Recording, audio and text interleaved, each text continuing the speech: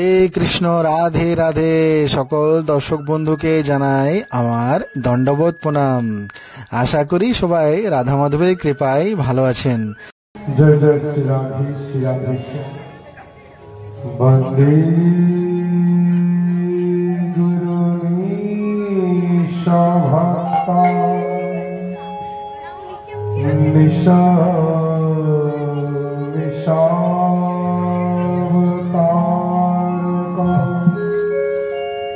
तत् प्रकाशं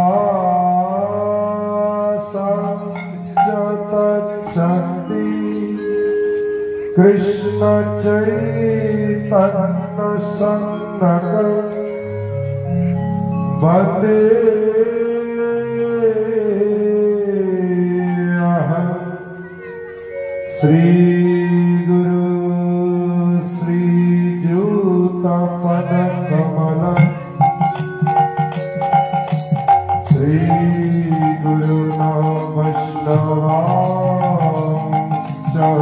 रूपं शब्दजातं सहगण रघुनाथान्वितं तं सजीवं सात्वैकं सावधूतं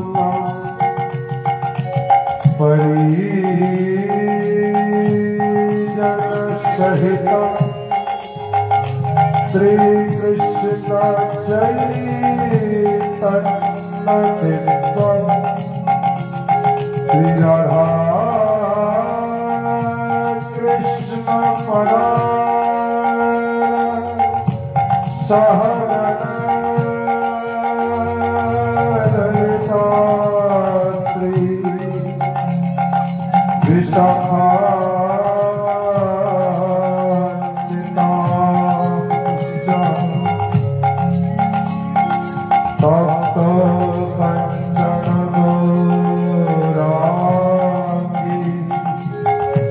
राधे वृंदावनेश्वरी वृषभानुसुते देवी तं नमामि हरिप्रिये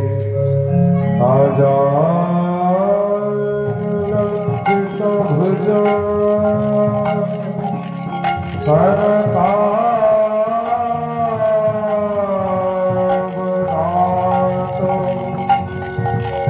संकीर्तनैकपितर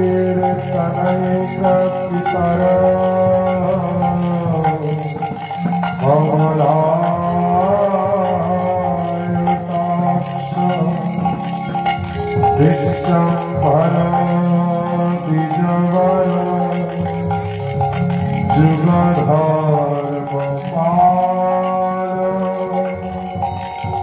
वन्दे जगत् प्रियकर करुणावतार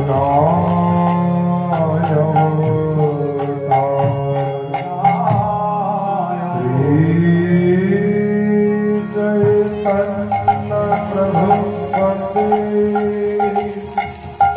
यत् पदाश्रयनिर्यतः सकृत्तत्वान्वरव्रतादयः सिद्धान्तस्तवन्ति वञ्चाकल्पतरुभ्यश्च कृपा सिन्धुभ्यो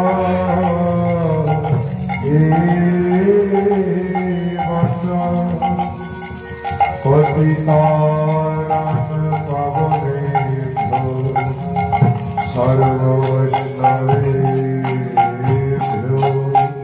नमो नमः।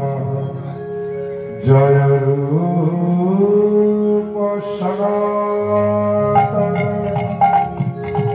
भट्ट रघुनाथ श्री गोपाल भट्ट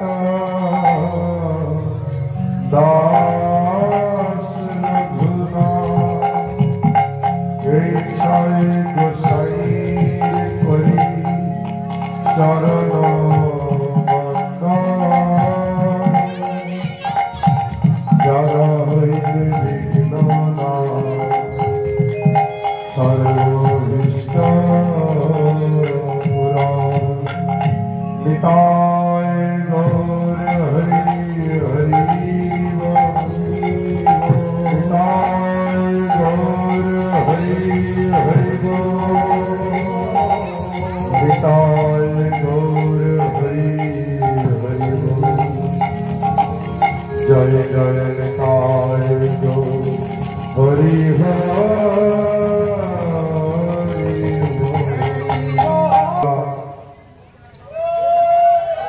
প্রেম পরম পুরুষোত্তম মহাবদান্ন দিব্য আনন্দ ঘন প্রেম বিগ্রহ ভগবান শ্রী শ্রীকৃষ্ণ চৈতন্য মহাপ্রভু অশেষ বিশেষ কৃপা আশীর্বাদে শ্রীমদ নিত্যানন্দ প্রভুর অহৈতুকী করুণা ধারায় স্নাত হয়ে এবং সর্বোপরি আপন আপন শ্রী শ্রী গুরু মহারাজের সস্নেহ কৃপা বর্ষণে সম্পূর্ণ কায় মনোবাক্যে শিক্ষিত হয়ে আজ সকলেই আমরা সাতজুড়িয়া গ্রামে ভাগবতী কথা চতুর্থ তথা মধ্যম দিবসে সমবেত হয়েছি।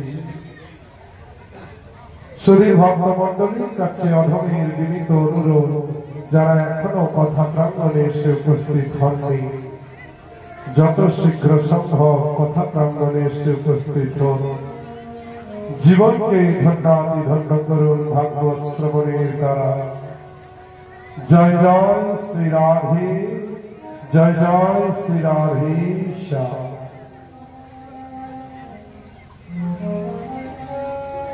এই যে ভাগবত প্রসাদ, কথারূপী মহাপ্রসাদ প্রত্যেক দিন আমরা পাচ্ছি। এই প্রসাদ বিষয়েও মহাজনের এক বিশেষ দিগদর্শন রয়েছে। মহাজন প্রসাদ কাকে বলে? কেউ চেঁচামেচি করবে না। মায়েদের অনুরোধ করছি, বাবাদের অনুরোধ করছি, পাশে বসে কথা বলার জন্য ভাগবতে আসা প্রয়োজন। ভিড় বাড়ানোটা উদ্দেশ্য কোনোদিনই নয়। যদি মন দিয়ে শোনো, তবে এই যে 84 লক্ষ জমি বারবার আসা যাওয়া, সেটা থেকে মুক্ত হয়ে যাবে। এই এমন এক সাধক ভজন যেখানে কি হয়, আলাদা করে আর ভজনের প্রয়োজনই হচ্ছে না। যদি কেউ মন দিয়ে 7 দিন ভাগবত শুনছে, তবে নববিধা ভক্তির 9টি আচরণ হয়ে যাচ্ছে। তার মানে কি নাম করব না? অবশ্যই নাম করতে হবে। একবার যদি প্রেম হয়, সে নাম না করে থাকতেই পারবে। কিন্তু কলিযুগ জীব, অন্নগত প্রাণ, কামক মন, চঞ্চল মন সহজে গোবিন্দের স্থিতি লাভ করতে চায় না। অনেক কমিটি আমাকে বলে, বেশিরভাগ জায়গায় 99% জায়গায় একটা কথা বলে, মহারাজ 2-4টা ভজন গাইবে, মানুষের মনোরঞ্জনের জন্য ভাগবত। ভজন গাইবেন কথাটা ঠিক আছে, যখন এই কথাটা বলে না মানুষের মনোরঞ্জনের জন্য ভাগবত, কথাটা 1বার 2বার 3বার রিপিট কর। মানুষের মনের খুশির জন্য ভাগবত, মানুষের মনের খুশির জন্য ভাগবত কখনো হতে পারে? ভাগবত কি কোনো বাজারিয়া বস্তু যে মনোরঞ্জনের জন্য? চিন্তা কর, মানুষের বহির্মুখী মনটাকে অন্তর্মুখী করে আধ্যাত্ম জগতে প্রেম ভক্তি লাভ করার জন্য ভাগবত। তাই কখনোই ভাগবত মানুষের মনোরঞ্জনের জন্য হতে পারে না। তাহলে মহারাজ, অনেক পাঠকেরা যে এত নাচায়, কোদায়, গান গায়, দেখো বাবা, আমি বাকিদের কথা বলতে পারবো না, কিন্তু আমি ভাগবতকে কলুষিত করতে পারবো না। প্রয়োজন হলে পাঠ করবো না, সেও ভালো, কিন্তু যুগোপযোগী হওয়ার জন্য ভাগবতের কথাকে বাদ দিয়ে শুধু ঝাঁকিয়ার গানও আমাদের হবে, এজন্য তো হবে না, কোনো জন্মেই হবে না। রাধারানীর কৃপায় যুগ যা চাইছে তাই হবে। আজকাল হরিনাম সংকীর্তন হচ্ছে গ্রামে গ্রামে, বৈশাখ জ্যৈষ্ঠ চৈত্র মাস। রংদল বলে একটা জিনিস আছে, রংদল কি করছে? হিন্দি গানের শুনে নাচ করছে। আজকাল তো আবার আধুনিক নাচ হচ্ছে, কতটা কলুষিত হয়ে যাচ্ছে সবকিছু। ওইটাই দেখার জন্য কত মানুষের ভিড়। আর কীর্তনিয়া যখন আসরে নামছে লোকে, কেন? কারণ মনোরঞ্জন করছি। আজ ভগবানকে নিয়ে মজা করছি, কাল ভগবান যদি মজা করা শুরু করে স্থির থাকতেই পারবে, ছটফট করে করে শেষ হয়ে যাবে। তাই মানুষের মনোরঞ্জনের জন্য ভাগবতের যে কথা সারাংশ, এই যে এতগুলি অধ্যায়, সেগুলিকে বাদ দিয়ে মনোরঞ্জন কখনোই হতে পারে না। যারা করছে এটা জেনে রাখো, গরুড় পুরাণে বলা হয়েছে যে যে গ্রামে রাজস্বিক ভাগবত হবে, কলিযুগে তো নারদমুনি বলেইছে, বিপ্রয় ভাগবতী বার্তা গেহে গেহে জনে জনে কারিতা কনলোভেন কথা সারস্বত কথা। কলিযুগে ঘরে ঘরে ভাগবত হবে, গ্রামে গ্রামে পাড়ায় পাড়ায়, কিন্তু কলি দূর হবে না। কেন? পাঠকেরা কারিতা কনলোভেন, ইনকামের জন্য ভাগবত করবে, আধ্যাত্মিক উন্নতির জন্য নয়। পাঠে এত, আমার ঝাঁকির জন্য এত চায়, কত কলুষিত আর করবে জানি না, কলির প্রভাব। কিন্তু সাত্বিক ভাগবতে এই সকল নেই। তাই গরুড় পুরাণে বলা হয়েছে, যদি কোনো গ্রামে সাত্বিক ভাবে পাঠ না হয়ে রাজস্বিক পাঠ হয়, নাচানাচি ঝাপাঝাপি, শুধুই গান, অবশ্যই ভজন গাইব, কেন গাইব? কিন্তু ভজনটাই গিয়ে শেষ করে দিলাম, আমার 2 ঘন্টা ধরে খালি ওই অভিনয় হলো, সাজা সাজি ভিডিও, ভাগবত কখন হবে? সেখানে কি হয়, সেই গ্রামের যে সবচেয়ে সৎ ব্যক্তি বা সেই কমিটির মধ্যে যে সবচেয়ে ভালো ব্যক্তি, ধার্মিক ব্যক্তি, তার বাড়ির মানুষ অপঘাতে মারা যায়। কারণ ভাগবত কলুষিত হয়ে গেছে। তুমি তো নিজের টাকায় ভাগবত করাচ্ছ না, লক্ষ লক্ষ ভক্তের কাছে 2 টাকা 5 টাকা নিয়ে ভাগবত করাচ্ছ। তো পাঠকের কি হবে মহারাজ? পাঠকের তো 12টা বাজবে শেষ। একটা ঘটনা বলছি, মন দিয়ে শোনো। কুঞ্জ বিহারী দাস বাবাজি নামে এক বাবাজি ছিলেন রাধা কুণ্ডে। কার গুরুদেব জানো? অনন্ত দাস বাবাজি মহারাজের গুরুদেব। আশা করি অনন্ত দাস বাবাজিকে সবাই চেনে। মহান্ত মহারাজ 2018 সালে উনি দেহত্যাগ করেন রাধা কুণ্ডে। তিনি রাধা কুণ্ডের মহান্ত ছিলেন। তো সেই অনন্ত দাস বাবাজি যিনি গুরুদেব, কুঞ্জ বিহারী দাস বাবাজি, মন দিয়ে শোনো, কত বড় তাৎপর্যবহ ঘটনা।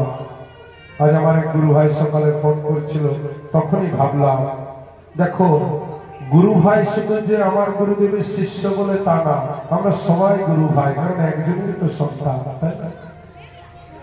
তাই এক ভাই যদি প্রকৃত সাত্বিক ভাই হয়, সে অপর ভাই কখনো ক্ষতি চাইবে না। তা হলো কি, সেই কুঞ্জ বিহারী দাস বাবাজির আশ্রমে তিনি যখন ভজন কুটিয়া করেছিলেন, আশ্রম ছিল না, ওরা কুণ্ডের তীরে কুটিয়া করে ভজন করতে। তাই বিদেশি এসে তাকে তৎকালীন 50,000 টাকা দিয়েছিল। কত? 50,000 টাকা। টাকাটি রাখাই আছে 1 বছর ধরে। শিষ্যরা বলছে, বাবা কিছু হয়তো একটা করবে, এত টাকা 50,000 টাকা আজ থেকে 80, 90 কি 100 বছর আগে বিশাল ভ্যালু, 5 কোটি টাকার সমান সমান টাকা। 1 বছর পেরিয়ে গেল, 2 বছরের মাথায় সে বিদেশি আবার এসেছে। যেই না এসেছে, কুঞ্জ বিহারী দাস বাবাজি চিনতে পেরেছে, ও হবে সবার আনন্দ, আজ প্রভু জন্ম নেবে, থাকবে না একটু? ওইগুলো দিকে মন দিয়ে। হয়েছে কি, 2 বছর পর এসেছে সেই বিদেশি, এবং কুঞ্জ বিহারী দাস বাবাজি নিজের ওই ঝোলার মধ্যে রাখা 50,000 টাকা তিনি ওই বিদেশিকে ঘুরিয়ে দিলেন। সেই ভক্তকে বলল, বাবা তুমি ব্রজের উন্নতির জন্য যারা কাজ করছে তাদের হাতে টাকা দাও, আমার চাই না।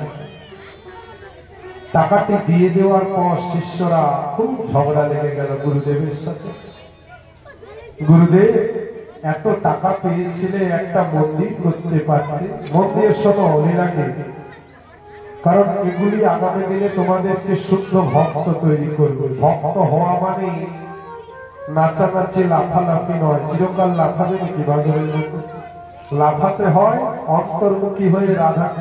রাধা গোবিন্দের যখন যুগল সেবার অধিকার পাবে, সেখানে ঝাপা, কত ঝাপাতে হয়।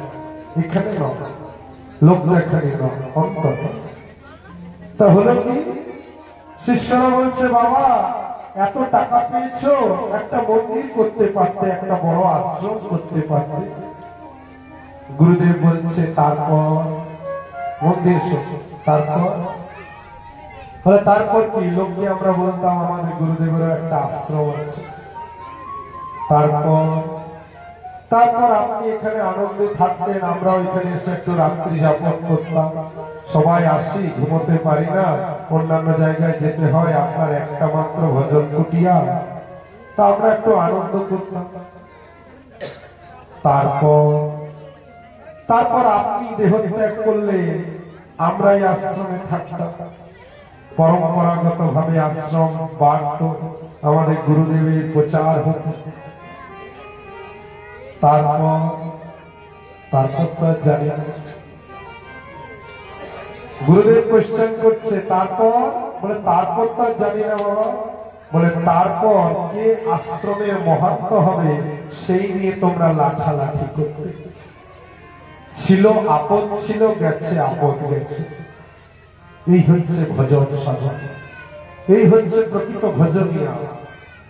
তার লাভ পূজা প্রতিষ্ঠা চাই না। সর্বস্বামীরা যদি চাইতো, বিশ্বের সবচেয়ে বড় মন্দিরটা তারাই করতে পারত। রঘুনাথ দাস গোস্বামী একদিন মনে মনে ভাবছে, এই রাধা কুণ্ডটা যদি একটু সংস্কার করানো যেত। কিভাবে এক ব্যবসায়ী জাহাজ ফেসে গেছে, লবণ বোঝাই করা জাহাজ, সে স্বপ্নাদেশ পেল যে তুমি এত টাকা দাও, তাহলে তোমার সে সম্পত্তি উদ্ধার হয়ে যাবে। কাকে দেব? না রাধা কুণ্ডের তটে এক রঘুনাথ দাস গোস্বামী বলে বাবাজি আছে। টাকাটি পেয়ে চেতনা হলো, কি চাইলাম রাধারানী, এই অর্থ তো আমি গ্রহণ করতে পারবো না। কাকে দিল? শ্রীজীব গোস্বামীকে, যে তুমি সংস্কার করো, আমি এইসব শুভ না স্পর্শ করবো। তাহলে উদ্দেশ্যটা কি? আশ্রম করবো না? হ্যাঁ, নিশ্চয়ই করবো। প্রচুর মঠ মন্দির হবে, কিন্তু নিজে তার ভেতরে প্রবেশ করবো, যাব, সেবা করব, বেরিয়ে যাব, কারো দোষ দেখব না, কে কি করছে যা পারে করব। কারণ আমার উদ্দেশ্য আশ্রম করা নয়, আমার উদ্দেশ্য হচ্ছে সেই গোলক বৃন্দাবনে রাধা গোবিন্দের সেবার অধিকার লাভ, রাধা দাস্য, যেটি আমাদের জীবনের সবচেয়ে বড় চাওয়া পাওয়া। আমাদের রঘুনাথ দাস গোস্বামী তিনি জমিদারের ছেলে। সেই সময় 12 লক্ষ টাকা ট্যাক্স দিত। চিন্তা করো কত টাকার মানে, 550 বছর আগে। বিয়ে হয়েছে, সুন্দরী বউ। বাবা ছোটবেলায় শুনেছে কি, সেই দাস গোস্বামী তখন রঘুনাথ বিবাহ করেছে, মা বাবা জেনে গেছে ছেলে সাধু হয়ে যাবে, বৈরাগী হয়ে যাবে, কিন্তু ছেলেকে চোখে চোখে রেখেছে। অনেকবার চেষ্টা করেছে গৃহত্যাগ করা। একবার মহাপ্রভুর কাছে গিয়েছে, মহাপ্রভু বলছেন কি, মর্কট বৈরাগ্য না করহ লোক দেখাইয়া, যথাযথ বিষয় ভোজ্য অনাসক্ত হইয়া। কি অদ্ভুত কথা! তাহলে কি রঘুনাথের বৈরাগ্য মর্কট? মর্কট মানে কি? বাদর। বাদরের বৈরাগ্য মানে, বাদর কি করে গো? বাদর জামা কাপড় পরে না, নাগা সাধু, গাছে থাকে, কারো বাড়িতে থাকে না, ফলমূল আহার করে, কিন্তু তা বলে কি তাকে সাধু বলা যাবে? না, কারণ বাদরের মধ্যে রয়েছে কাম আর ক্রোধ, ভয়ঙ্কর রাগী, ভয়ঙ্কর কামুকতা। তাই মর্কট বৈরাগ্য করলে হবে না। বিশাল জটা রেখে দিলাম, বিশাল মোটা মোটা তিলক করে ফেললাম, মোটা মোটা মালা করলাম, আর ভেতরে বৈষ্ণব দেখে আনন্দ হচ্ছে না, দোষ দর্শন। বৈষ্ণব দেখে এসে যেমনই হোক, দেখা মাত্রই আনন্দ প্রকাশ করা, সেটি হচ্ছে না, তাহলে বেকার। তাই মহাপ্রভু বলছে, মর্কট বৈরাগ্য না করহ লোক দেখাইয়া, যথাযথ বিষয় ভোজ্য অনাসক্ত হইয়া, আসক্তি না রেখে। এরপর খুব মন দিয়ে সংসার করছে। মা বাবা ভাবছে যাক ভালো হলো, ছেলেটার সংসারে মন বসেছে। বারবার করে অকৃতকার্য হওয়ায় ধীরে ধীরে জীবনে অনুভব হলো নিতাই কৃপা বিনে গৌরাঙ্গ পাব না। কেন নিতাই বিনে ভাই কি না গৌর পাইতে আছে না রাধা গোবিন্দ পাইতে আছে। তাই যখন সে বুঝলো যে নিতাই কৃপা ছাড়া গৌর কৃপা হবে না, তখন সে নিতাই চাঁদের কাছে দেখা করতে গেল। কি নাম জায়গাটি, কোথায় হয় দণ্ড মহোৎসব? দেখি কে কেমন আলোচনা করছে। গঙ্গা নদীর তীরে পানিহাটি। মাঝে মাঝে দেখবে খবরে এখন দেখা এইসব জায়গায় বেশি মারপিট হচ্ছে, তাই না? তা সেই পানিহাটিতে যখন গিয়েছে, নিতাই চাঁদ দূর থেকে দেখেই বলছে এতদিনে চোরা ধরা দিই। চোর বলেছে রঘুনাথকে। কেন? নিতাইয়ের ধন নিতাইকে না বলে চুরি করতে গেছে, তাই সে চোর। নিতাইয়ের ধন কে? নিতাইয়ের ধন হচ্ছে গৌরহরি।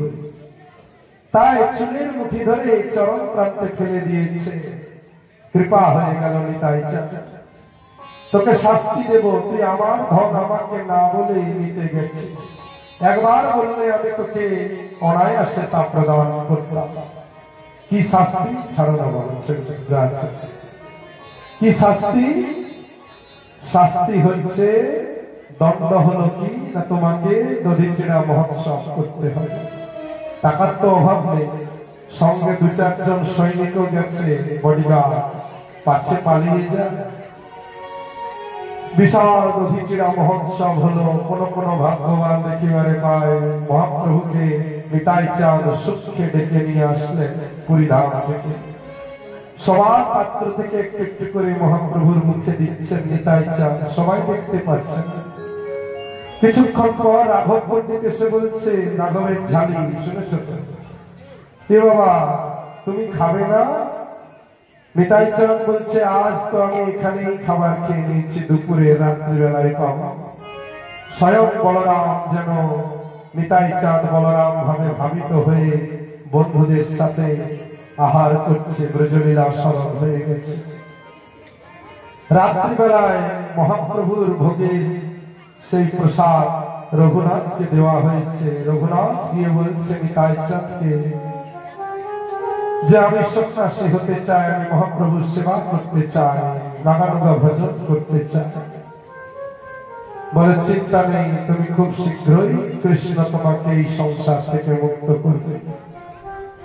আমার গৌরহরি তোমাকে স্বরূপের হাতে সঁপে দেবে, তোমার নাম হবে স্বরূপের রঘুনাথ।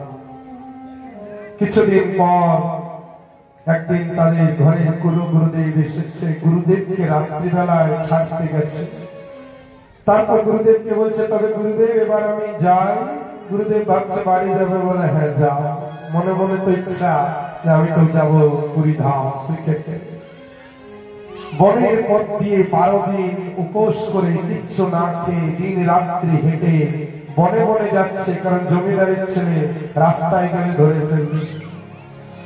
সেখানে পৌঁছে গেছে। মহাপ্রভু স্বরূপ দামোদর রায় রামানন্দকে বলছে দেখো তো বাইরে কে আছে। দেখে এক ভিখারি দরবেশের মতো লাগছে, চুল দাড়ি ক্ষিপ্ত প্রায় অবস্থা। তাকে আগে ভালো করে খাওয়ানো দাওয়ানো হোক, তারপর কৃপা করে স্বরূপের হাতে নিবেদন করলেন। স্বরূপ দামোদর খুব করে ভজন করছে, সাধ্য সাধন তত্ত্ব সব শিখেছে। এরপর কি হলো, তার পিতা খবর পেল, কিন্তু আর ছেলে বাড়ি গেল না। তাই তখনকার দিনেও 2 টাকা করে মাসে পাঠাত। সেই টাকায় কি করত, মহাপ্রভুর একদিন করে মহাপ্রভুকে সেবা করাত, মাসে একদিন। 1 বছর পর রঘুনাথের মনে হলো ছি ছি ছি ছি, আমি কি করছি? আমার বিষয়ীর অন্ন খাইলে মলিন হয় মন, মলিন মনে হয় না শ্রীকৃষ্ণের ভজন। আর মহাপ্রভু কিনা আমার এই বিষয়ের অর্থ, আমাদের পরিবারের অর্থ, তাতে ভোগ যে প্রসাদ তা আমি যে মহাপ্রভুকে খাওয়াচ্ছি তো অপরাধ। কিন্তু মহাপ্রভু হচ্ছেন মহাবদান, মহাদানী। আর আমি এটা নেব না, ঘরে গৃহে বারণ করে দেব। মহাপ্রভু যখন জানতে পারলেন, বলে যা সুমতি হয়েছে। এরপর রঘুনাথ সিংহ দাঁড়িয়ে দাঁড়িয়ে পুরী হাত পেতে থাকতো। কোন ভক্ত যদি প্রসাদ দিত, সেই মহাপ্রসাদ খেয়ে জীবন ধারণ করছে।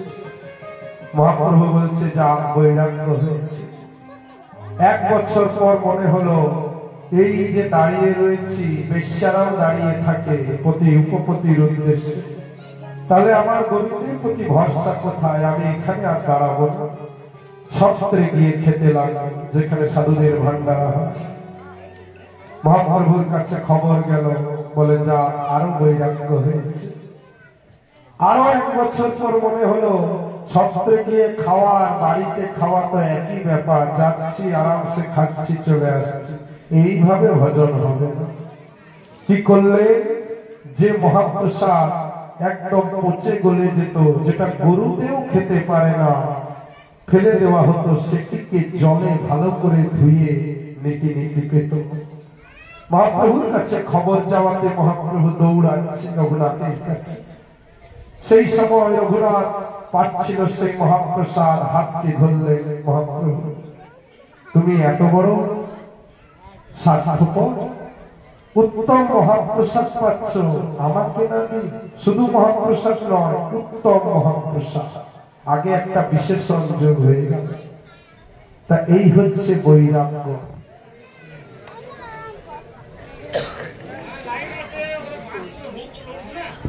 এই হচ্ছে বৈরাগ্য।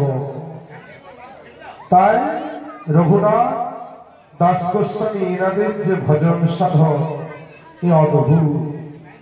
প্রসাদ সম্পর্কে বলা হয়েছে, আরো অনেক অনেক তত্ত্ব আছে, আমি আসছি একটু একটু করে। কারণ আজ গোবিন্দের জন্ম হবে, তো মহাপ্রসাদ শুধু যা হয়েছে ব্যবস্থা সেটা নয়, কথারূপী মহাপ্রসাদ। তোমাদের সাতজুড়িয়া গ্রাম আজ ধন্য যে গোবিন্দের এখানে জন্ম হবে, কত আনন্দ। তাই সবাই আজ সেজে এসেছে, এই যে রাধারানী গোবিন্দ সব সেজে এসেছে, আনন্দ হবে। শেষে একটা নৃত্য গীত হবে শেষে, কিন্তু তার আগে আমরা কথারূপী মহাপ্রসাদ পাব। এক বেশ্যা ছিল, মন্দির সময় ভক্ত চরিত্রগুলো না শুনলে গোবিন্দের লীলা হৃদয়ঙ্গম হবে না। তাই এক ভক্ত, এক বেশ্যা ছিল, সে বৃন্দাবনে গিয়ে থাকতে লাগলো। খুব করে হরিনাম করে, প্রচুর হরিনাম করে, জীবনে বৈরাগ্য এসেছে, আর বেশ্যাবৃত্তি সে করে না। তার কুটিয়ার পাশ দিয়ে এক সাধু বাবা তার শিষ্যদের সাথে রোজ হরিনাম করতে করতে যেত। একদিন বেশ্যাটি ঘর থেকে বেরিয়ে সেই বাবাজিকে ভালো করে প্রণাম করেছে, লম্বা লম্বি সাষ্টাঙ্গ প্রণাম। খুব কাঁদছে, বাবাজি করুণা হল, কে মা তুমি? আমি এক কুলোটা রমণী বেশ্যা, এখানেই আমি বসবাস করি। সারাটা জীবন আমি অনেক কুকর্ম করেছি, কেউ আমাকে দীক্ষা দিতে চায় না, আমার কি হবে গতি? তার কৃপা হলো, বলে মা তুমি যমুনায় স্নান করে এসো, আমি তোমাকে দীক্ষা দেব। দীক্ষা দিলেন, আদেশ করলে তোমার যত সম্পত্তি আছে তুমি গোবিন্দ মন্দিরের পূজারীকে দিয়ে দাও, আর তোমার যত সোনা গয়না অলঙ্কার আছে গোবিন্দকে নিজের হাতে সাজিয়ে দাও। সেই বেশ্যাটি যখন গোবিন্দ মন্দিরের পূজারীকে সব বলল, পূজারী রাজি হলো না, বলে তোমার পাপের টাকা গোবিন্দ সেবায় লাগবে না। 3 দিন 3 রাত্রি সেই বেশ্যা একাকী করে রয়েছে, না খেয়েছে না ঘুমিয়েছে, কাঁদছে শুধু যে আমার 1 টাকাও গোবিন্দ সেবায় লাগলো না। 3য় রাত্রে গোবিন্দ স্বয়ং স্বপ্নাদেশ করলেন পূজারীকে, ওহে পূজারী, মধ্যরাত্রি চলছে, তুমি ওই বেশ্যার কাছে যাও, ওই মায়ের কাছে, তাকে গিয়ে বলো যেন এক্ষুনি স্নান করে সে আমাকে নিজের হাতে শৃঙ্গার করায়, আর তার সেই টাকা পয়সা দিয়ে এক বিশাল ভান্ডারা দাও, যত বাবাজি আছে। পরদিন সেদিন রাত্রেই তো পূজারী ছুটেছে, বেশ্যাটি সাজিয়েছে প্রভুকে নিজের হাতে, বিশাল ভান্ডারার আয়োজন হয়েছে, ঝাড়া ভান্ডারা চলছে। যত নিষ্কিঞ্চন মহাত্মা ছিলেন সবাই এসেছে, প্রসাদ পেয়েছে। রাত্রিবেলায় সবাই যখন ঘুমোচ্ছে, সব সাধুর স্বপ্ন দোষ হয়ে গেছে, বাজে স্বপ্ন দেখে বীর্যস্খলন। পরদিন সকালে যখন সবাই যমুনায় স্নান করতে এসেছে, তখনকার সাধুদের নিয়ম ছিল সবাই নিজেদের মধ্যে কৃষ্ণ গোষ্ঠী করত। কার কটা সুচিন্তা এলো, কটা কুচিন্তা এলো, সত্যি কথা বলবো। আর আমরা সবাই নিজেকে বড় ভক্ত প্রমাণ করতে চাই, নামের উচ্চে তাও মিথ্যাই বলছি। 316 মালা গুরুদেবের আশ্রমে যাচ্ছি, 216 আগে টেনে নিয়েছি, গুরুদেবকে দেখাচ্ছি 316 চলছে। আর 316 আর 400 এখানেই ফেসে রয়ে গেল মন। এমন অবস্থা হয়, আমার গুরুদেব বলছে নাম করতে করতে মন কোথায় হারিয়ে গেছে। নাম চলছে কিন্তু মালা এগোচ্ছে না, ধরাই আছে। মন চলে গেছে সেই গোলকের নাম, চোখে জল, অনবরত অশ্রু বিসর্জন। কি অদ্ভুত দৃশ্য! তাই সেবা অপরাধ, বৈষ্ণব অপরাধ থেকে বেঁচে থাকতে হবে। তো সেখানে সাধুরা নিজেদের মধ্যে আলোচনা করছে, আমরা কি কোনো অপরাধ করলাম? দেখে সবার একই অবস্থা। সবাই যখন শুনলো সবারই একই অবস্থা, তখন তারা চিন্তা করলো কাল কোথায় প্রসাদ পেয়েছি। সব সাধুরা মিলে গেল কোথায়? গোবিন্দ মন্দিরে। পূজারীকে জিজ্ঞাসা করলো কাল ভান্ডারা কে দিয়েছে। সব শুনে তো একদম রেগে গেছে সাধু। তুমি জানো না পূজারী, আমরা বিষয়ী অন্ন খাই না। বলে আমার কোনো দোষ নেই, তোমাদের প্রভুই তো আদেশ করেছে সবাইকে ভান্ডারা দিতে, আমি তো নিতেই রাজি হইনি। যখন সাধুরা বুঝতে পারলো যে আমাদের প্রাণনাথ, আমাদের প্রভুই আমাদের এই অবস্থা ঘটিয়েছে, তখন ভগবানের সাথে মান হয়ে গেল। সব সাধুরা একদম প্রতিজ্ঞাবদ্ধ হলো যে আমরা আমৃত্যু অনশন করবো, আর কিছু খাবো না যতদিন না মারা যাচ্ছে। সবাই আপন আপন কুটিয়ায় দরজা বন্ধ করে অনশন করে রয়েছে, কিচ্ছু খায়নি। একদিন গেল, দুদিন গেল, তৃতীয় রাত্রে গোবিন্দ ঘুমোতে পারছে। কেন গোবিন্দ ঘুমোতে পারছে না? কেন? কারণ গোবিন্দ দেখছে যদি কোনো কারণে এতগুলো সাধু মারা যায়, থাকিতে কান্ডারি যদি ডুবে মরি, কলঙ্ক রটিবে তোমার ধারায়। সাধুর ভারী দেওয়া, সাধু কারণ তো আজ্ঞা করে না, জানে আমার রাধারানী আছে। রাধারানী থাকতে যদি সাধুর ক্ষতি হয়, লোকে কি বলবে? রাধাকে ডাকতো তাই তার এমন হলো। কলঙ্ক কার? সাধুর নয়, স্বয়ং ভগবান। তাই ভগবান সবাইকে স্বপ্নে আদেশ দিলেন যে তোমরা কি দেখনি আমি মহাপ্রভু হয়ে এসে ছেঁড়া কাঁথা নেড়া মাথা হয়ে রয়েছি? ভালো না খাইবে, ভালো না পরিবে, আমি বলি তোমরা কি করে এই প্রসাদ পেলে? আমার বিষ খাওয়া হজম আছে, আমি হজম করতে পারি বিষ, তা বলে কি তোমরাও বিষ হজম করতে পারবে? তাহলে কিভাবে প্রসাদ নেব? বলছে শোনো, ভবিষ্যতে নিত্যানন্দ দাস নামে এক সাধু জন্মগ্রহণ করবে। তার কুটিয়ায় এক জমিদার আসবে, কিন্তু জমিদারের সে মুখ দর্শন করবে না। শেষে জমিদারটি নেড়া মাথা হয়ে টিকি রেখে বৈষ্ণব সেজে তার কুটিয়ার বাইরে বসে থাকবে। সাধু যখন মাধুকরী করতে যাবে, সেই বৈষ্ণবের সাথে দেখা। বৈষ্ণব আগ্রহ প্রকাশ করবে, একবার আমার কাছে আপনি সেবা গ্রহণ করবেন। সেই বাবাজি বুঝে যাবে এ হচ্ছে সেই জমিদার। তখন সেই নিষ্কিঞ্চন বাবাজি বলবে কি, এখানেই রান্নার ব্যবস্থা করো, বিশাল ভোগ রান্নার ব্যবস্থা হবে। 56 ভোগ লাগানো হয়েছে। সাধুকে ডাকা হবে, সাধু যাবে, প্রণাম করবে, 3 পাক পরিক্রমা করে একটা মাত্র তুলসী পাতা মুখে দিয়ে চলে আসবে, একটা মাত্র তুলসী পাতা। এটা হচ্ছে প্রসাদ নেবার নিয়ম। তুমি যদি জেনে যাও যে যে খাওয়াচ্ছে সে 2 নম্বরই করে টাকা রোজগার করে, সে ভক্ত হয়েছে, ভালো কথা, কিন্তু তার মানে তুমি তোমার জীবনটাকে নষ্ট করতে পারো না। সাধু আগে নিজেকে রক্ষা করবে। অত্রে অগ্র ন গচ্ছন্তি। যেখানে গেলে তোমার বিপদ, আগে নিজেকে রক্ষা করো, তবে জগৎকে রক্ষা করবে। তাই পোলাও হয়েছে, পায়েস হয়েছে, একদম ছুটছ, জিভ থেকে লালা পড়ছে, কতক্ষণে পাবো? ওটাও মহাপ্রসাদ নিশ্চয়, কিন্তু ওটাও লিমিটেড, সামান্য নিতে হবে। কারণ অতি মিষ্টি খেলেও কামের উদ্দীপনা জাগতেই পারে, তুমি যতই প্রসাদ খাও না। আমাদের সিদ্ধ বাবা গোবর্ধনের সিদ্ধ কৃষ্ণ দাস, তারও একই অবস্থা হয়েছিল। সে যখন রাজস্থানের জয়পুরে সেবা করছিলেন, ওই অতিরিক্ত রাজস্বিক খাবার খেয়ে, মহাপ্রসাদ কিন্তু রাজস্বিক, কামের উদ্দীপনা জাগৃত হয়েছিল। তাই সাবধান, প্রসাদ নেওয়াও মুষ্টিমেয়।